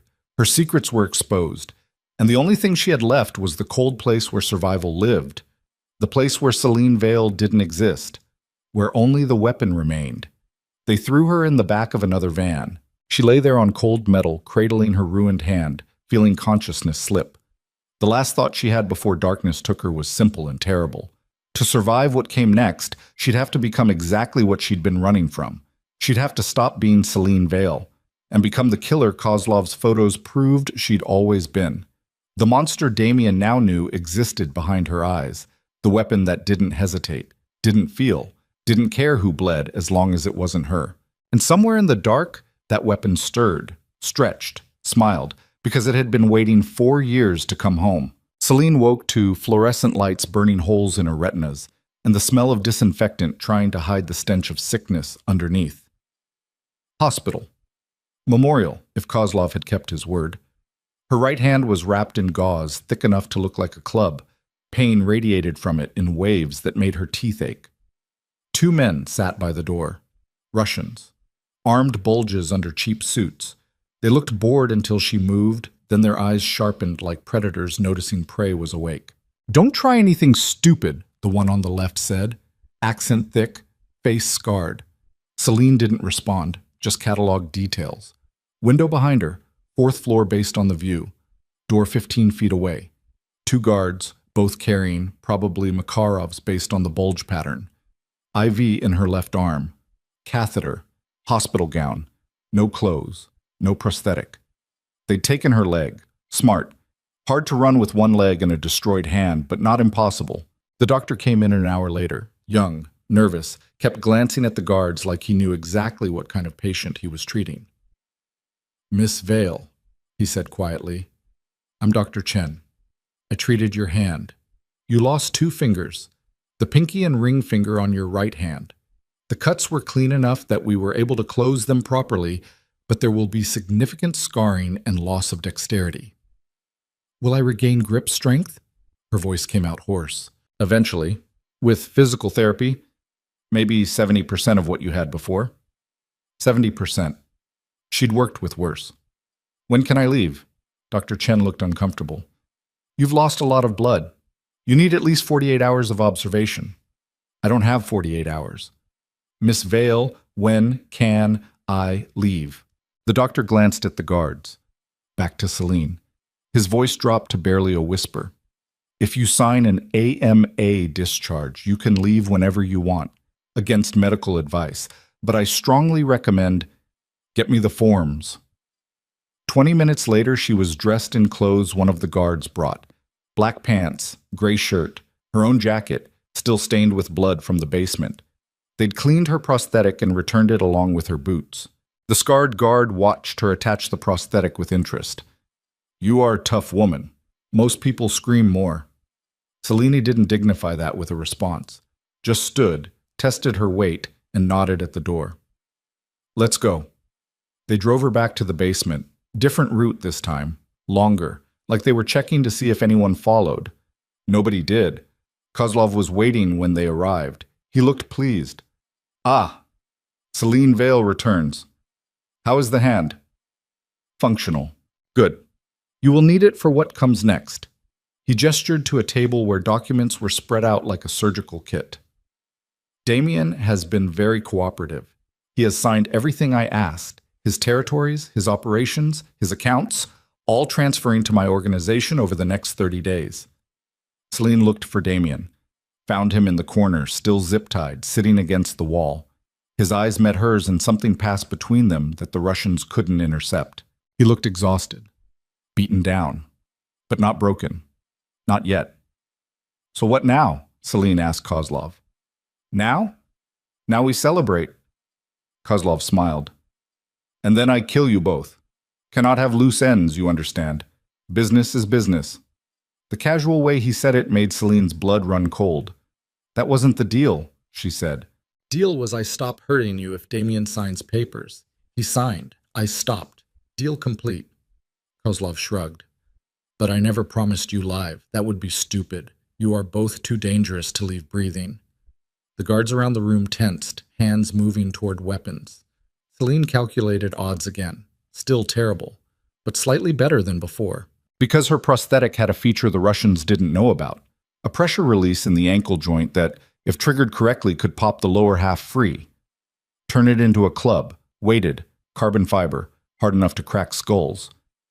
She'd installed it herself 3 years ago. For situations exactly like this. When? Damien's voice was flat. When what? Kozlov turned to him. When do you kill us? Ah, direct question. I appreciate this. Kozlov checked his watch. In approximately 1 hour, I have business associates arriving to witness transfer of your empire. After they confirm everything is legitimate, you both become loose ends to tie up. Quick, professional, almost painless. Almost. Kozlov's smile widened. I am not monster, but I'm also not saint. You will suffer a little for making me work so hard. Damien nodded slowly like he'd expected this. Can I ask a favor? You can ask. I may not grant. Let me talk to Celine. Alone. 5 minutes. Before you kill us. Kozlov considered this. Why? Because I want to apologize. For getting her killed. For dragging her into my world. She deserves that much. The manipulation in Damien's voice was subtle, playing to Kozlov's ego, making him feel magnanimous, powerful enough to grant final requests. It worked. 5 minutes, Kozlov said. But my men stay in the room. You try anything, they shoot you both immediately. Understood? Understood. Kozlov gestured and 2 guards dragged Damien to his feet, shoved him toward the corner where Celine stood. They kept weapons trained on both of them. Damien stopped 3 feet from Celine. Their eyes met. And in that moment, years of training activated in Celine's mind. Reading micro-expressions, body language, the subtle shifts that meant someone was about to move. Damien's left eyebrow twitched. Their old signal from training sessions, the one that meant ready. Celine's breath steadied. Damien spoke loud enough for everyone to hear. I'm sorry I brought you into this. Sorry I trusted the wrong people. Sorry I... He never finished the sentence because Celine moved. Dropped to one knee, triggered the pressure release on her prosthetic, and the lower half popped free. She caught it midair, spun, and swung it like a bat directly into the nearest guard's temple. The crack of carbon fiber meeting skull echoed through the basement. The guard dropped. Damien was already moving. Despite zip-tied hands, he threw himself sideways into the second guard, using his full body weight as a weapon. They crashed into the wall together. Gunfire erupted. Celine rolled left, came up behind a support pillar as bullets chewed concrete where she'd been standing. Her hand screamed pain, but adrenaline was louder. She still had the prosthetic leg, still had options. The basement descended into chaos. Damien had managed to get the second guard's gun despite tied hands. Was firing one-handed, wildly, keeping people's heads down. Celine counted shots, calculated positions, waited for the reload. When it came, she moved. Burst from cover, prosthetic legs swinging, caught another guard across the knees. Bone snapped. He went down screaming. She grabbed his weapon. Makarov. 8 rounds. Safety off. Started firing. 2 shots center mass. Drop and move. Don't stay still. 3 shots. 4. 5. Bodies falling. Somewhere Damien was shouting, but she couldn't hear words anymore. Just gunfire and screams and the sound of her own heartbeat drowning everything else. 6 shots. 7. 1 round left. Kozlov had disappeared. Smart. Let his men die while he escaped. The shooting stopped. Silence crashed down like a building collapsing. Celine stood in the center of carnage, breathing hard, covered in blood that wasn't all hers. Her destroyed hand hung useless. Her leg was gone, just the upper socket remaining. She balanced on one leg, gun raised, searching for targets. Found Damien instead. He was leaning against the wall, zip ties cut somehow, holding a weapon he'd taken from a dead guard. Blood ran from a cut above his eye. His shirt was torn, but he was breathing, alive. Their eyes met across the basement. "You good?" he asked. "No, you?" "Not even close." Footsteps above them, running, more men coming, Kozlov's reinforcements. "We need to move," Celine said. "Can you walk?" She looked down at her missing prosthetic, at the socket and the stump beneath. "I can hop. Not fast. Not far." Damien crossed to her, bent down, and before she could protest, he'd grabbed her prosthetic from where it had fallen. "Hold still!" He reattached it, hands surprisingly gentle despite the urgency. The mechanism clicked back into place. Celine tested her weight, held. "Thanks. Thank me when we're not dying." They moved toward the stairs. Damien first, weapon raised. Selena behind, covering their six with the last round in her Makarov. The stairwell was clear, too clear. Trap. Celine grabbed at Damien's shoulder. "Wait. What?" "It's too easy. Kozlov wouldn't just leave the exit unguarded." "Maybe he's panicking." Gunfire from above answered that question. They both ducked back into the basement as bullets tore through the stairwell. "Okay," Damien said. "Not panicking. What's plan B?" Celine scanned the basement, found what she was looking for. "There, service tunnel. Old building like this has to connect to the city sewers."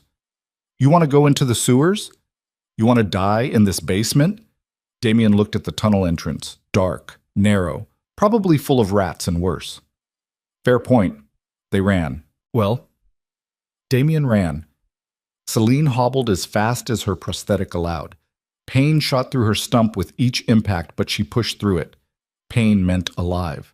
Alive meant options. The tunnel was exactly as terrible as expected. Low ceiling, water ankle deep, and smelling like decay. Pipes overhead dripping something Celine didn't want to identify. Behind them, shouting, Russians discovering the escape route. "Faster," Damien urged. "I'm going as fast as I can." He grabbed her arm. "I'm going to carry you." "Don't." He didn't wait for permission, just scooped her up in a fireman's carry and started running. Celine's ruined hand screamed, but she bit down on the pain and kept her remaining weapon ready. The tunnel branched. "Which way?" Damien asked. Celine tried to orient, think, city layout. Where were they? Industrial district. That meant left toward downtown, more exits. Damien went left. The tunnel opened into a larger chamber, junction point where multiple sewers met, ladder on the far wall leading up to a manhole cover. "There," Celine pointed. Damien set her down, started climbing. Celine covered the tunnel entrance, last round chambered, finger on the trigger.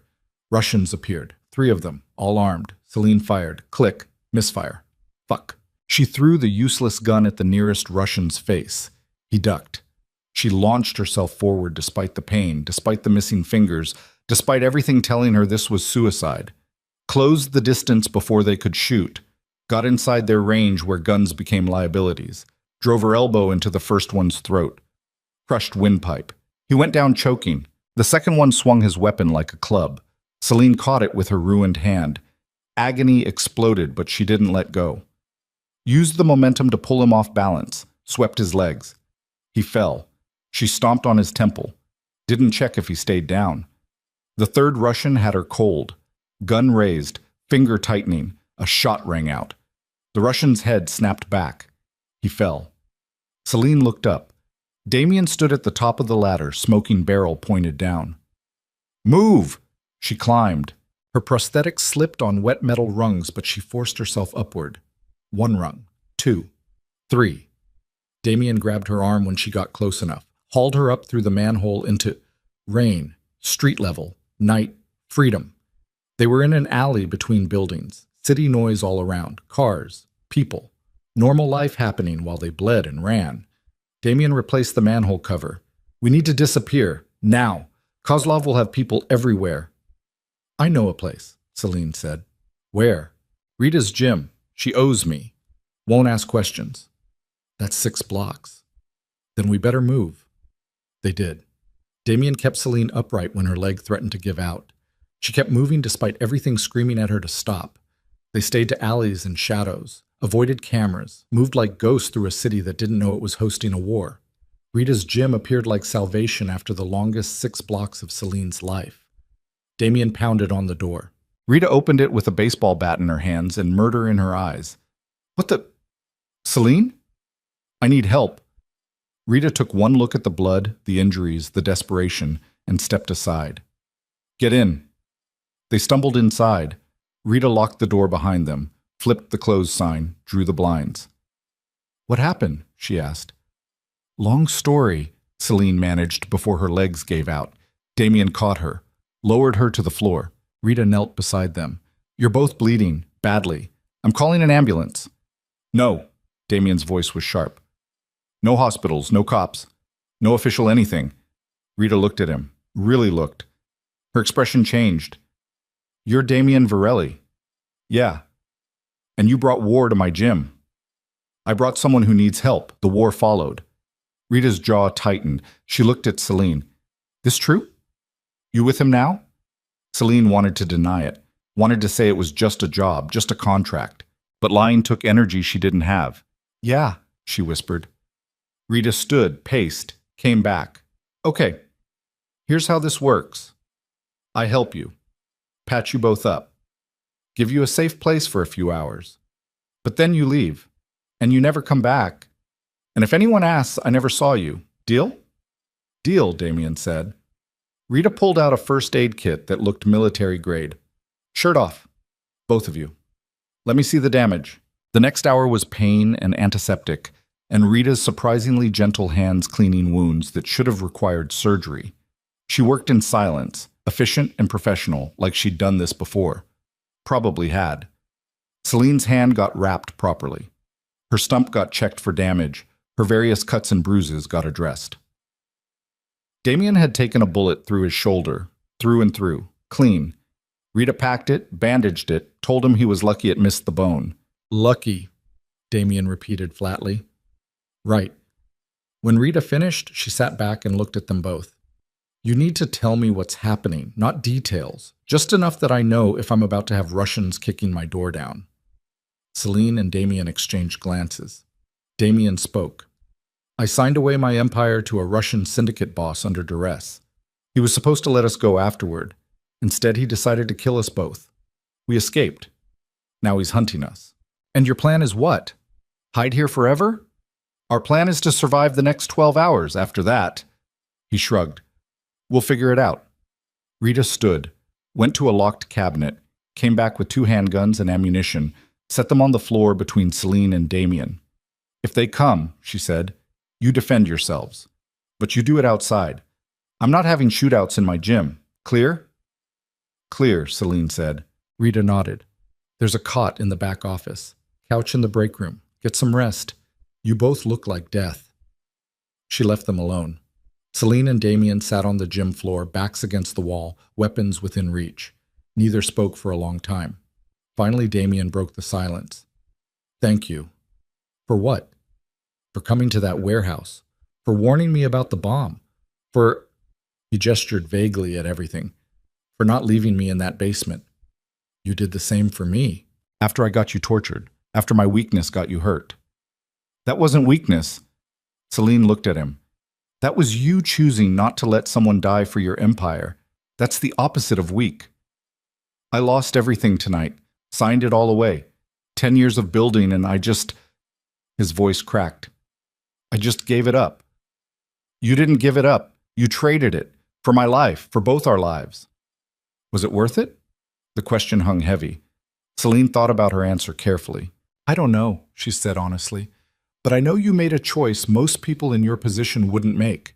You chose life over power, humanity over empire. Maybe that makes you weak in this world.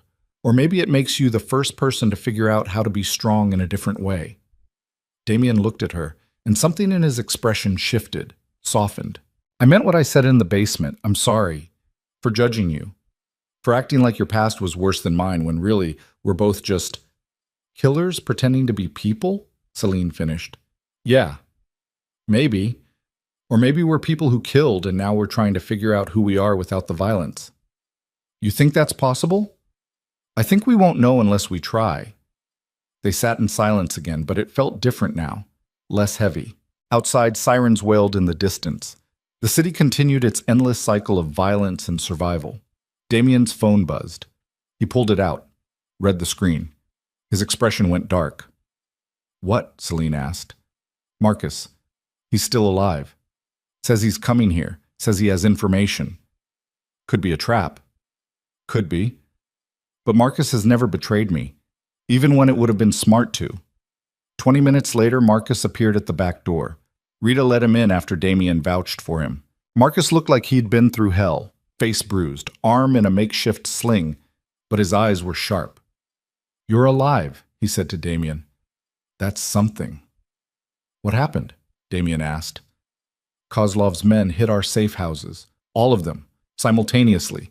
They knew every location, every code, everything." Marcus's jaw tightened. "We lost 30 people. Maybe more. The ones who survived scattered." Celine felt the weight of that number. 30 lives ended because Damien had tried to change, had tried to be better. "There's more," Marcus continued. "Kozlov's claiming you signed everything over voluntarily. Has documents, witnesses. He's telling the other syndicates you retired, that you're done, that anyone who works with you now is working against him. He's consolidating," Damien said quietly. "Faster than that. He's eliminating. Every business you controlled, every operation, every connection, he's either absorbing it or destroying it. By morning, the Varelli Empire won't exist." The words settled like ash. Damien stood, walked to the window, stared out at the rainy city. "So that's it then," he said. "I lost." "Not yet," Marcus said. "What do you mean?" "The contracts you signed, they're not valid yet. They require a 30-day transition period and verification by a neutral third party. That's built into the framework to prevent exactly this kind of hostile takeover." Marcus pulled out a folder. "I have copies. The originals are with Kozlov, but these copies prove the timeline. If we can prove you signed under duress, if we can get to the neutral arbitrator before Kozlov does, we can invalidate everything." Celine's mind raced. "Who's the arbitrator?" "Victor Chen, Chinese syndicate boss. Neutral territory. He arbitrates disputes between organizations to prevent full-scale wars." "And you think he'll listen?" Damien asked. "I think he'll listen to evidence, to proof, to witnesses." Marcus looked at Celine. "To testimony from someone Kozlov tortured to force your compliance." Understanding crashed down. They needed Celine to testify, to show her injuries, to tell the story of the basement, to put herself in front of every major crime boss in the city and admit she'd been broken. "No," she said immediately. "Celine," Damien started. "No, I'm not doing that. I'm not parading my trauma in front of criminals so you can get your empire back." "It's not about the empire," Marcus said. "It's about stopping Kozlov. If he consolidates Damien's territory, he becomes the most powerful syndicate in the city. And Kozlov doesn't believe in rules, doesn't believe in avoiding civilian casualties, doesn't believe in anything except power and fear. That's not my problem. It will be. When he comes for you, when he ties up the loose end you represent." Marcus stepped closer. "You think he'll let you live? You think he'll forget you killed his men, escaped his basement? He's hunting you right now. The only way you survive is if we take him down first." Celine wanted to argue, wanted to say she could disappear again, could run, could survive on her own, but she'd tried that for 8 months, and it had led her right back to violence. "What would I have to do?" she asked quietly. "Appear before Victor Chen's counsel, show your injuries, testify to the torture, corroborate Damien's story that the contracts were signed under extreme duress." Marcus pulled out more documents. "Chen's counsel meets tomorrow night. Neutral ground, heavily guarded. If we can get there, if we can make our case, Chen has the authority to void the contracts and sanction Kozlov for breaking protocol. And if we can't get there, then Kozlov wins, and we're all dead within 72 hours. The choice crystallized. Run and die slowly, or fight and maybe live." Celine looked at Damien. He was watching her with an expression she couldn't quite read. Hope mixed with guilt mixed with something else. Something that looked like it mattered what she chose. "Okay," she said. "I'll do it." Relief flooded Damien's face. "Thank you. Don't thank me yet. First, we have to survive long enough to get there. Celine turned to Marcus. Where's the meeting? Chinatown, Red Lotus Temple, 7 p.m. tomorrow. That's 20 hours from now. Kozlov will know we're coming. Probably. So we'll be walking into an ambush. Most likely. Celine laughed. Couldn't help it. The absurdity of it all. So your plan is to parade into enemy territory, wounded and hunted, to testify in front of crime bosses who probably want us both dead, hoping one of them decides to follow rules instead of profit? That's the plan, Marcus confirmed. It's a terrible plan. You have a better one? Celine thought about it. Ran scenarios, calculated odds, came up empty. No, she admitted, but we need to change the approach. Can't just walk in the front door. We need leverage, something that makes Chen want to listen. Like what? Like proof Kozlov's planning to break neutral territory rules, like evidence he's coming after Chen next. Damien's eyes lit up. The documents. The ones showing Kozlov's expansion plans. I've seen them. He's mapping territories that include Chen's operations. Where are these documents? Kozlov's main office, top floor of the Meridian building. The most secure building he owns, Marcus added. 24-hour security, cameras everywhere, armed guards on every floor. Perfect, Celine said. They both looked at her like she'd lost her mind. Perfect, Damien repeated. Yeah, because nobody expects an attack on the most secure location.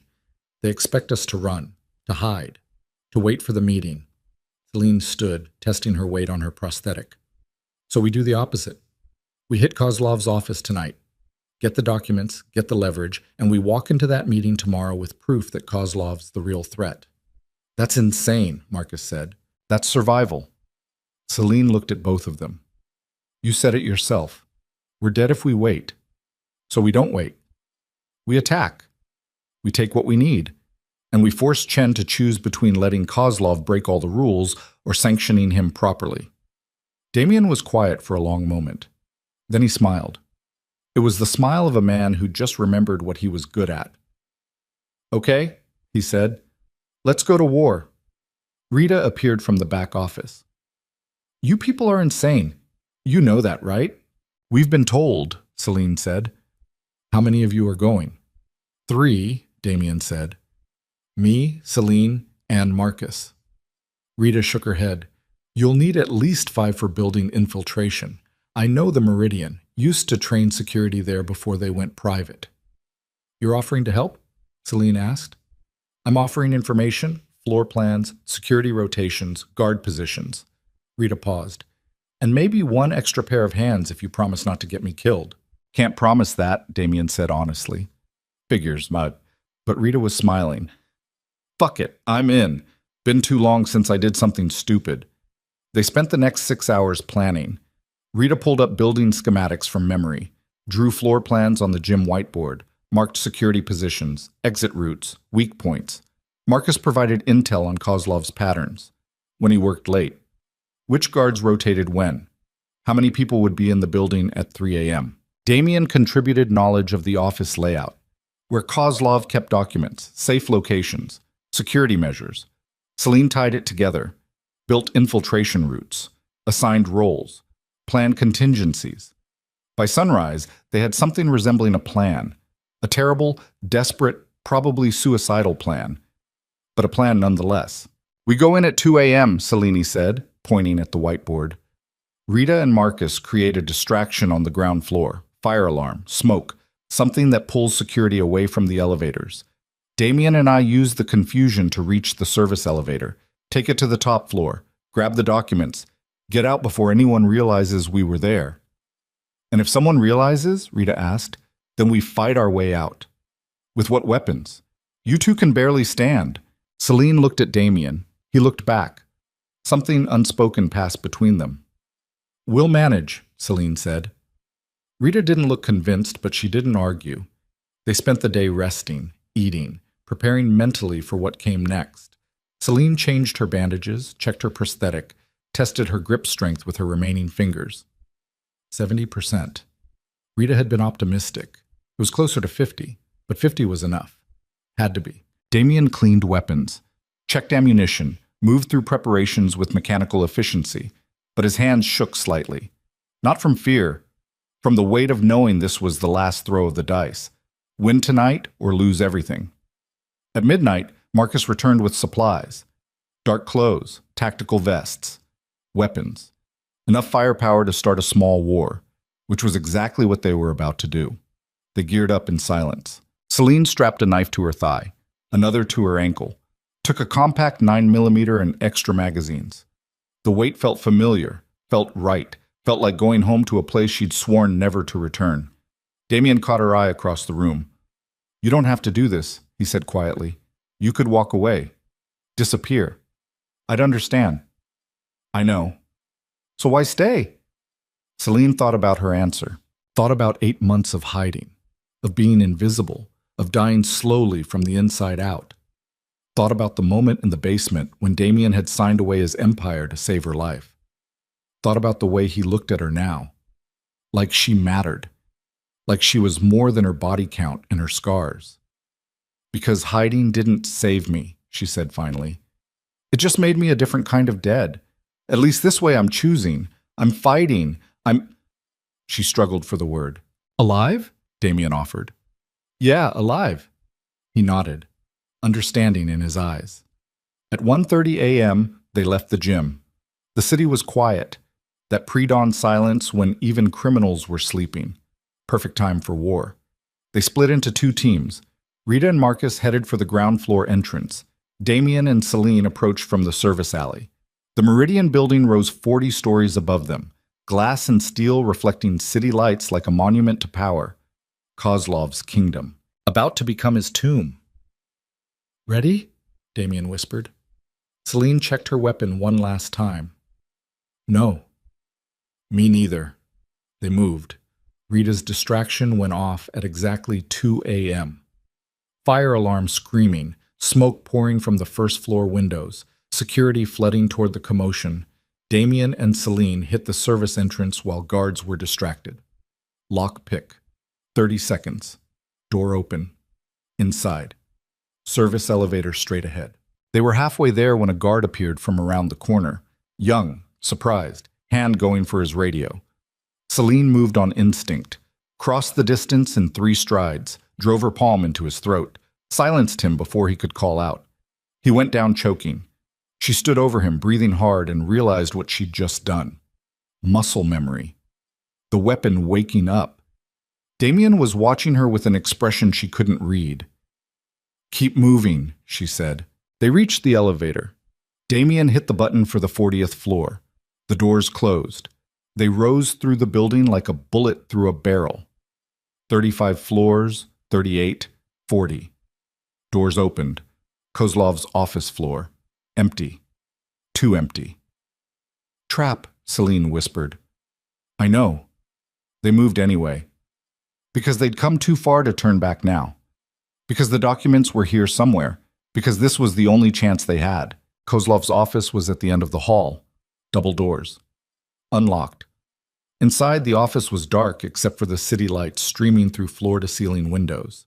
And in the center of the room, sitting at his desk like he'd been waiting, Kozlov, smiling. "Damien Varelli," he said pleasantly. "I knew you would come. You are predictable man, desperate man, dead man." The lights came on. 15 armed men materialized from shadows, all pointing weapons at Celine and Damien. They were surrounded, outgunned, trapped. "Drop weapons," Kozlov ordered, "or I kill you both where you stand." Celine looked at Damien. Damien looked back. They'd come here knowing this might happen, knowing it was probably a trap, but they'd come anyway. Because sometimes the only way forward was straight into the fire. Celine's finger tightened on her trigger. Damien's did the same. Kozlov saw it and laughed.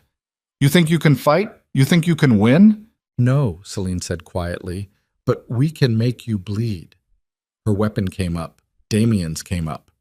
And in that frozen moment before bullets flew and blood spilled and everything went to hell, Celine felt something she hadn't felt in years. Not fear, not resignation, but pure crystalline clarity. This was who she was. Not the waitress, not the victim, not the broken girl hiding from her past. She was the weapon, the survivor, the one who walked into fire and came out alive. And if she was going to die tonight, She was going to die fighting. Kozlov's smile faltered, because he saw it too. Saw the shift. Saw the moment Celine Vale stopped being prey and became the most dangerous thing in the room. Fire, he ordered, and the world exploded into violence. Gunfire tore through Kozlov's office like thunder trapped in a cage. Celine moved before conscious thought could slow her down. Dropped to the floor as bullets shredded the air where her head had been, rolled left behind Kozlov's massive desk, came up firing. 2 shots, center mass. 1 guard down. Damien had gone right, using a support pillar for cover. His weapon barked 3 times. Another guard fell, but there were too many, 15 against 2. The math was brutal and simple. Glass exploded behind them as stray rounds punched through the windows. Cold night air rushed in. The city sprawled below, oblivious to the war happening 40 stories up. Celine's magazine ran dry. She ejected it, slapped in a fresh one, kept moving, never staying still, never giving them a clean shot. Her ruined hand screamed, but she ignored it. Pain was just information. Information could be processed later. A guard rushed the desk. Too aggressive, too confident. Celine waited until he was close. Then she came up fast, drove her elbow into his nose. Cartilage crunched. He staggered back and she put 2 rounds in his chest before he could recover. 3 down. 12 to go. Across the room, Damien was bleeding from a graze across his ribs, but still fighting. Moving with the brutal efficiency of a man who'd survived a decade in hell by being meaner than everyone trying to kill him. 4 down now. 11. But they were running out of ammunition, out of space, out of time. Kozlov had retreated behind his guards. Coward. Letting others die while he watched. Enough! His voice cut through the chaos. Cease fire! The shooting stopped. Celine stayed behind cover, breathing hard, weapon trained on the last position she'd seen movement. You cannot win this, Kozlov called out. You are outnumbered, outgunned, surrounded. But I am reasonable man. I give you choice. What choice? Damien shouted back. Surrender. Drop weapons. Come out. I will make death quick, painless, professional. And if we don't? Then I make it slow, painful, educational, for everyone who thinks they can challenge me.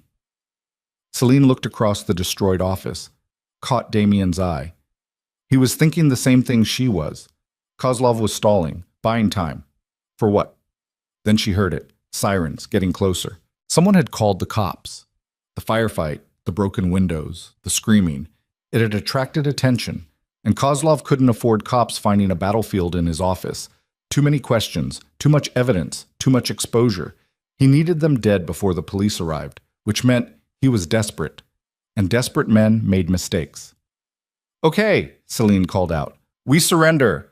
Damien's head snapped toward her, betrayal and confusion in his eyes. She held up 3 fingers where only he could see, then 2. 1. She stood, hands raised, weapon dangling from her trigger finger by the guard. Kozlov's men tensed, uncertain. Smart girl, Kozlov said. He stepped out from behind his human shields, smiled. Now your friend. Tell him to come out too. Damien, Celine said clearly. It's over. Come out. A pause. Then Damien stood, hands up, weapon loose. Kozlov's smile widened. Finally, you both accept reality. Good. This makes things easier. He pulled his own weapon, raised it toward Celine, and Celine threw herself sideways. Her weapon, still on her finger, came up in one fluid motion. She fired from the ground. 1 shot, perfectly placed. Kozlov's knee exploded. He went down screaming. His guards froze for half a second. Half a second was all Damien needed. He was already moving, already firing, taking down 2 guards before they could react. Celine rolled, came up, put rounds into another guard's chest. The room erupted into chaos again. But this time the dynamics had shifted. Kozlov was down. The leader wounded. The pack suddenly leaderless. Some guards kept fighting. Some ran. One dropped his weapon and put his hands up. Celine and Damien moved through them like a storm through kindling. Every shot counted. Every movement economical. They'd trained together for weeks and the muscle memory was there now, moving in sync without needing to communicate. When the shooting finally stopped, 7 more guards were down. 4 had fled. One was surrendering, and Kozlov lay on the floor, clutching his ruined knee, face white with pain and rage. Celine walked over to him, kicked his weapon away, looked down at the man who'd tortured her, who'd tried to steal Damien's empire, who'd thought power made him untouchable. "The documents," she said. "Where are they?" "Fuck you." Celine pressed her boot against his shattered knee. Kozlov screamed. "The documents," she repeated. "Safe! Behind the painting. Code is 7392. Damien was already moving, found the safe, opened it, pulled out folders. "Got them," he said.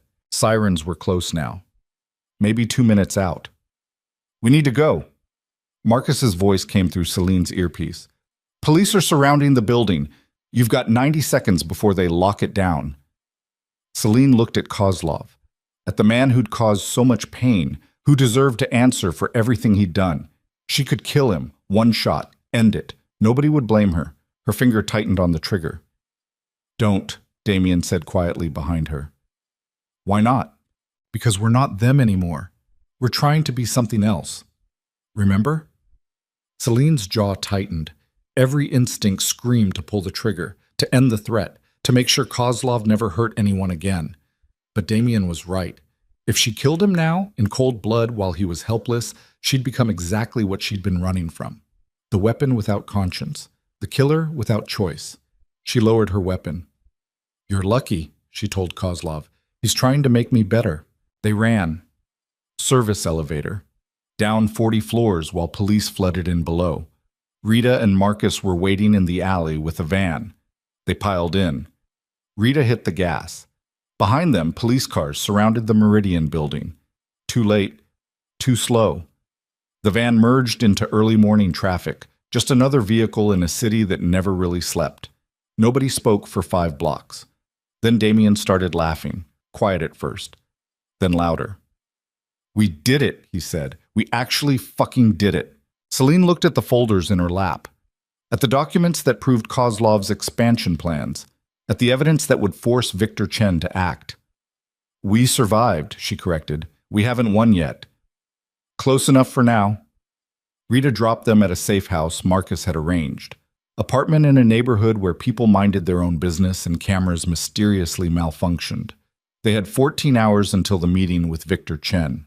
14 hours to rest, to plan, to prepare for the next war. Celine cleaned her weapon, changed bandages, tried not to think about how many people she'd killed tonight. Stopped counting years ago for a reason.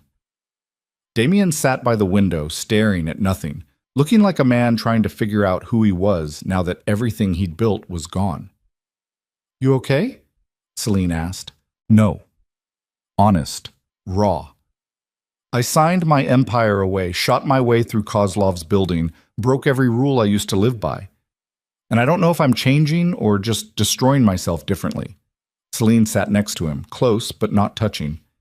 "Change looks like destruction from the inside," she said. "Feels like dying. Feels like losing everything.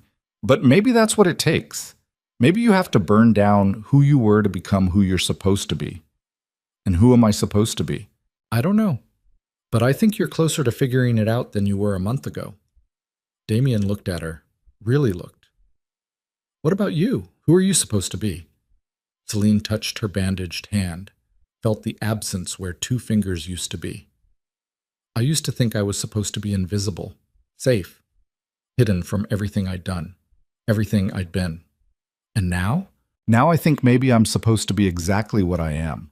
A survivor who fights, a killer who chooses when not to kill, someone broken who's stronger for the breaking." "That sounds exhausting." "It is." They sat in comfortable silence as dawn broke over the city, pink and gold light spilling across buildings that had witnessed too much violence and somehow kept standing anyway. At 6 p.m., they dressed for the meeting. Marcus had acquired formal clothes, dark suits, professional, the kind of thing you wore when appearing before crime lords who valued presentation. Celine looked at herself in the mirror. The suit fit well despite her injuries. Her hair was pulled back, face clean. She looked almost respectable. Almost. The bandages on her hand told a different story. The prosthetic leg clicking with each step told another. She was a walking testament to survival, to pain transformed into power. Good enough. The Red Lotus Temple sat in the heart of Chinatown. Old building, 3 stories, red pillars and gold accents. Beautiful and dangerous in equal measure. Victor Chen's neutral ground. The place where disputes were settled without bloodshed. Usually. They arrived at 6:45. Early, but not suspiciously so. Guards met them at the entrance, searched them, confiscated their weapons. Professional. Thorough. Inside, the temple had been converted into something between courthouse and boardroom. Long table, chairs on either side. Victor Chen at the head, sitting like a judge preparing to render verdict. He was older than Celine expected. 70, maybe? But his eyes were sharp, calculating. Damien Varelli, Chen said. His English was perfect, no accent. I did not expect to see you here. Rumor says you retired. Rumors are often wrong.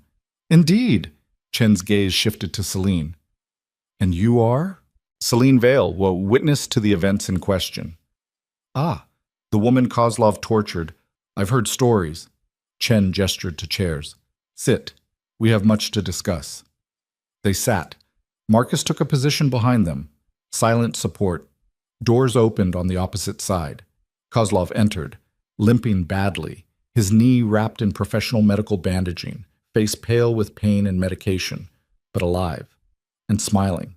Victor, he said warmly, thank you for arranging this meeting.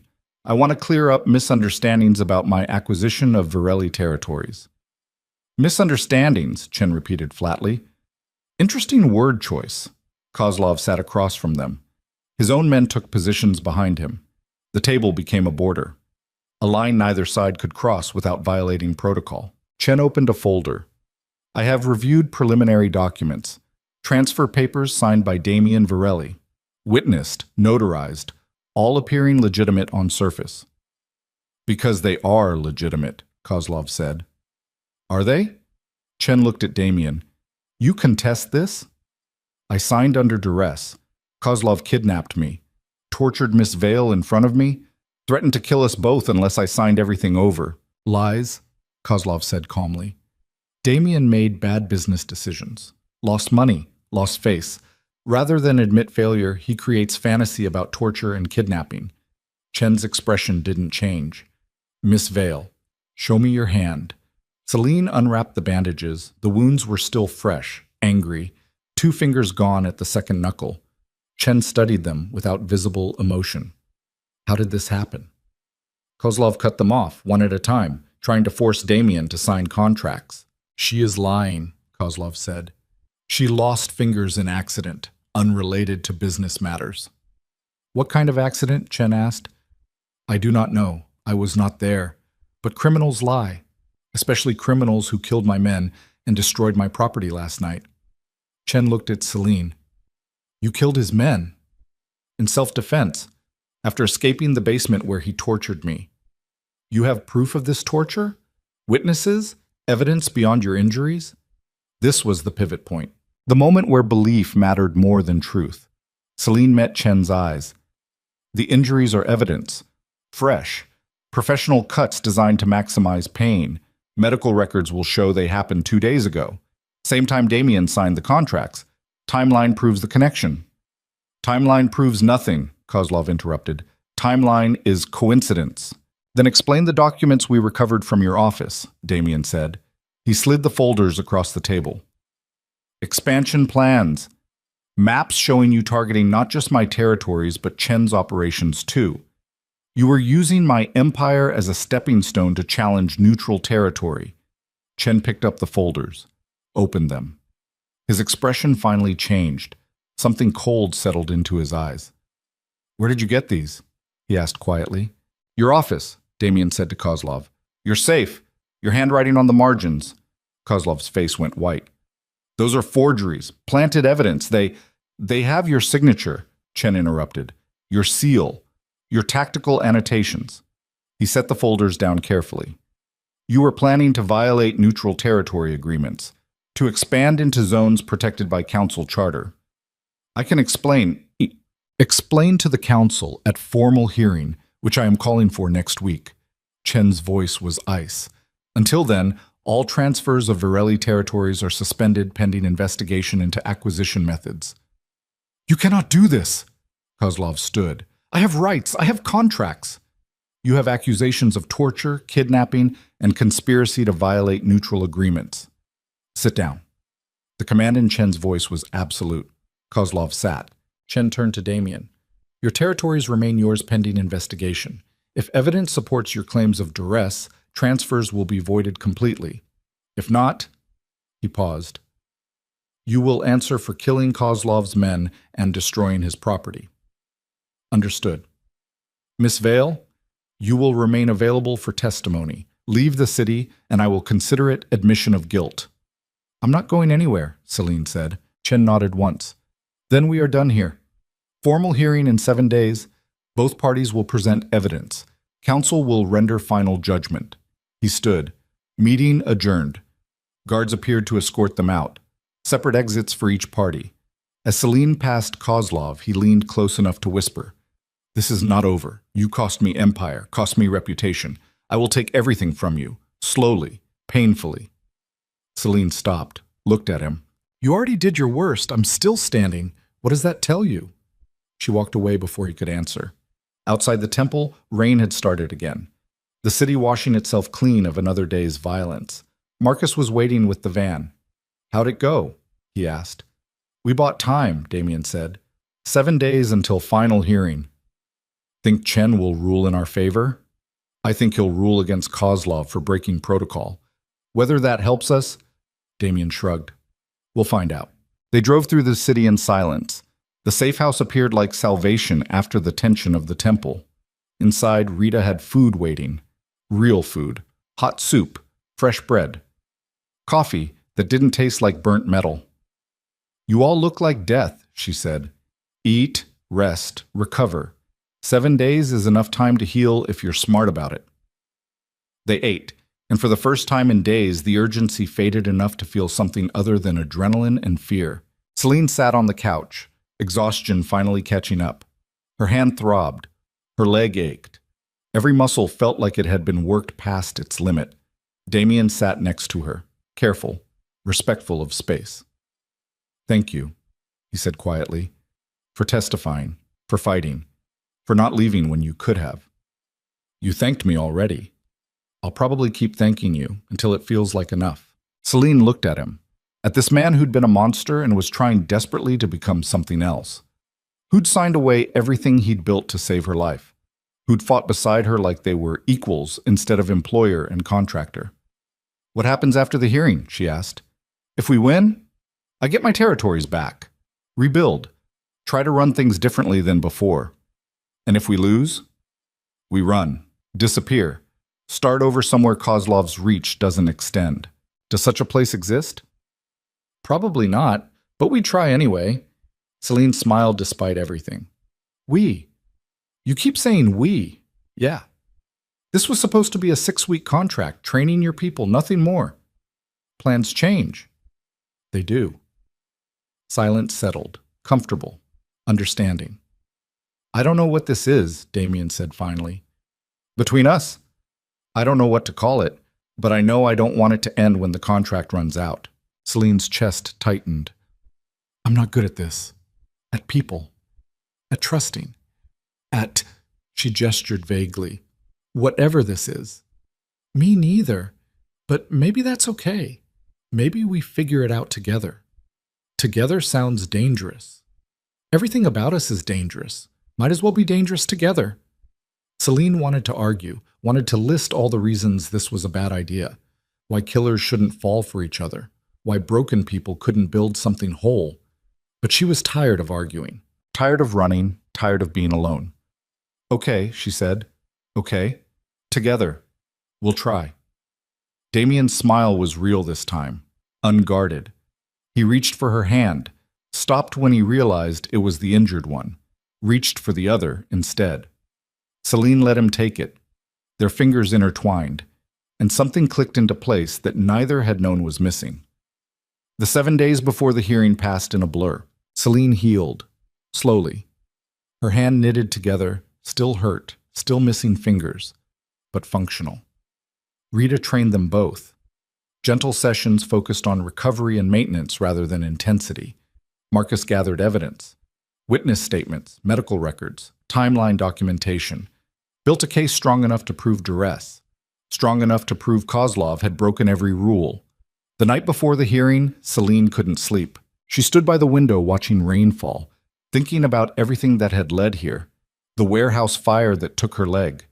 The 8 months hiding. The night Damien walked into the obsidian room drunk and arrogant. The fight that changed everything. All of it building to tomorrow. To a room full of crime lords deciding if she and Damien lived or died. Footsteps behind her. Damien appeared, carrying 2 mugs of coffee. "Couldn't sleep either?" he asked. "Too much on my mind." He handed her a mug, stood next to her, their shoulders almost touching. "You scared?" he asked. "Terrified." "Good. Means you're sane." They drank coffee and watched the rain and didn't talk about tomorrow. Didn't need to. Whatever happened would happen. They'd face it together. The hearing took place in a building that looked like a bank but functioned as a courthouse for criminals. Victor Chen presided, flanked by council members representing the major syndicates. Russian, Chinese, Italian, Japanese, Irish, all the major players, all watching. Kozlov presented first. His lawyers were expensive and slick. They painted Damien as unstable, as violent, as a man who signed contracts willingly, then fabricated torture stories to escape legal obligation.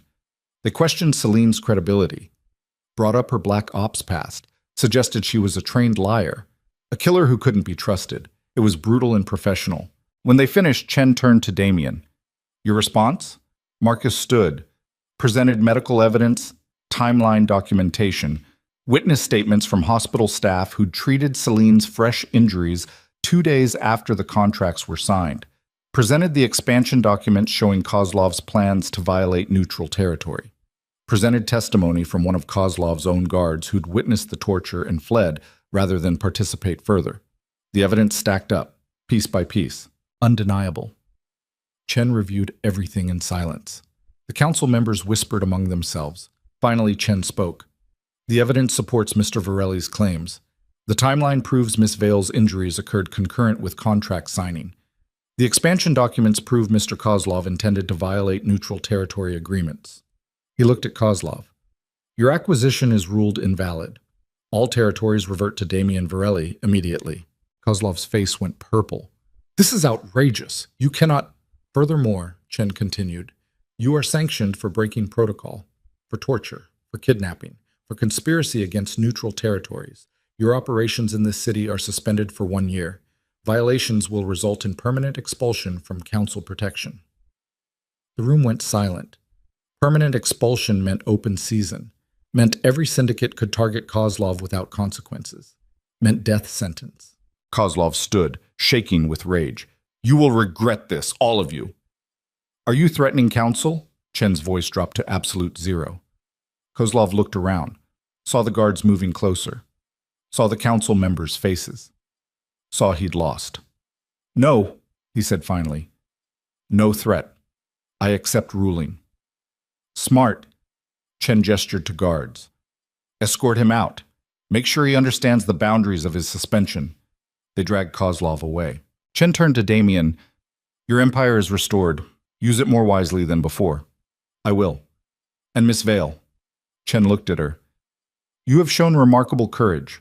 The council recognizes your testimony as truthful and valuable. You have our respect." Coming from Victor Chen, that meant something, meant protection, meant she could walk the city's underworld without looking over her shoulder every second. Outside the building, rain had stopped. The city looked clean, fresh, like it had been waiting for them to survive. Marcus was smiling, actually smiling. "You did it, both of you." "We did it," Damien corrected. "All of us." Rita appeared from where she'd been waiting with the van. "So what now? Back to business as usual?" Damien looked at Celine. Celine looked back. "Not exactly," Damien said. 3 months later, Celine stood in a building that used to be a warehouse. Now it was something else. The sign above the door read, "Phoenix Ground, Adaptive Self-Defense Academy." Inside, 20 students were training, some missing limbs, some with scars, some with trauma written in their eyes. All learning to fight, all learning they were stronger than whatever broke them. Celine walked between them, correcting form, offering encouragement, seeing herself in every face that refused to quit. Rita taught basic combat. Marcus taught tactical awareness. Other instructors covered everything from boxing to grappling to weapons defense. But Celine taught the most important lesson. Survival wasn't about never falling. It was about getting up every single time. Damien appeared in the doorway. He'd changed in 3 months. Looked lighter, less haunted. His empire was smaller now, deliberately. He'd cut the violent operations. The extortion, the fear-based control. What remained was legitimate businesses with gray market edges. Not clean, but cleaner. Not perfect, but better. He watched Celine work with a young woman who'd lost both legs in an accident, watched her teach balance, leverage, how to use what others saw as weakness. When the session ended, Celine walked over. "How'd it go?" she asked. "Meeting with the mayor's office. They're willing to look the other way on some of our operations if we help keep the peace in certain neighborhoods." "You becoming a civics partner now?" "Something like that. Weird, right?" "Everything about us is weird." Damien smiled, pulled her close, kissed her forehead. "True, but it's our weird." Celine leaned into him, let herself feel safe for once. Students filtered out, calling goodbyes, promising to see her next week. The building emptied. Just Celine and Damien standing in space that used to hold violence and now held hope. "You ever regret it?" Damien asked quietly. "Taking the contract, getting involved with me? Everything that happened?" Celine thought about the question. Thought about her destroyed hand. Her scars, the nightmares that still came some nights. Thought about the students who'd found strength here. The lives changed. The people who looked at her and saw possibility instead of pity. Thought about Damien, about how they'd both been broken and somehow made each other stronger in the breaking. "No," she said, "I don't regret it. Not even a little. That night in the obsidian room, when you insulted me, when you challenged me, you thought you were humiliating me, breaking me. I was an asshole. You were, but you were also giving me something I needed." She looked up at him. "You gave me a reason to stop hiding, to fight again, to remember who I was before fear made me small. I almost got you killed. You also saved my life, multiple times. We're even." Damien held her tighter. "I love you. You know that, right?" The words landed gentle, real. Celine had never been good at saying them back. Too many years alone, too much trauma, too many walls. But standing here, in this building they'd built together, surrounded by evidence that broken things could become beautiful. "I love you too," she said, and meant it. They stood there as evening light streamed through windows, painting everything gold. Outside, the city continued its endless cycle, violence and survival, despair and hope, death and rebirth. But inside Phoenix ground, something different was happening. People were learning they didn't have to be defined by what broke them. They could be defined by what they built afterward. Celine thought about the girl she'd been before the fire. The soldier who followed orders without question. The killer who never hesitated. That girl was gone, burned away in flames and torture and choices that cost everything. What remained was someone harder, scarred, missing pieces, but also stronger, more whole, more human. She looked at Damien and saw the same transformation. The crime boss becoming something gentler without losing his edge. The monster learning how to be a man again. Neither of them were perfect. Neither of them were clean. But they were trying. And trying mattered more than succeeding. Because the real victory wasn't in never falling. It was in standing up afterward. In choosing to build instead of destroy. In loving despite the scars. In surviving and deciding that survival wasn't enough. You had to live too. "Come on," Celine said, pulling away gently. "Let's go home." "Home sounds good." They locked up Phoenix ground, set the alarms, walked out into the city together, not hiding anymore, not running, just living. Two broken people who'd found each other in fire and blood and decided that maybe, just maybe, broken pieces could fit together into something stronger than either had been alone. The city lights reflected off wet pavement. Rain was coming again. It always was in this city. But Celine had learned something important over the past months. Rain washed things clean, made space for new growth. And if you could survive the storm, if you could stand in the downpour and refuse to drown, you could survive anything. She took Damien's hand. He squeezed back, and together they walked into whatever came next. Not afraid, not hiding, not broken, just alive. And that was enough. More than enough. It was everything.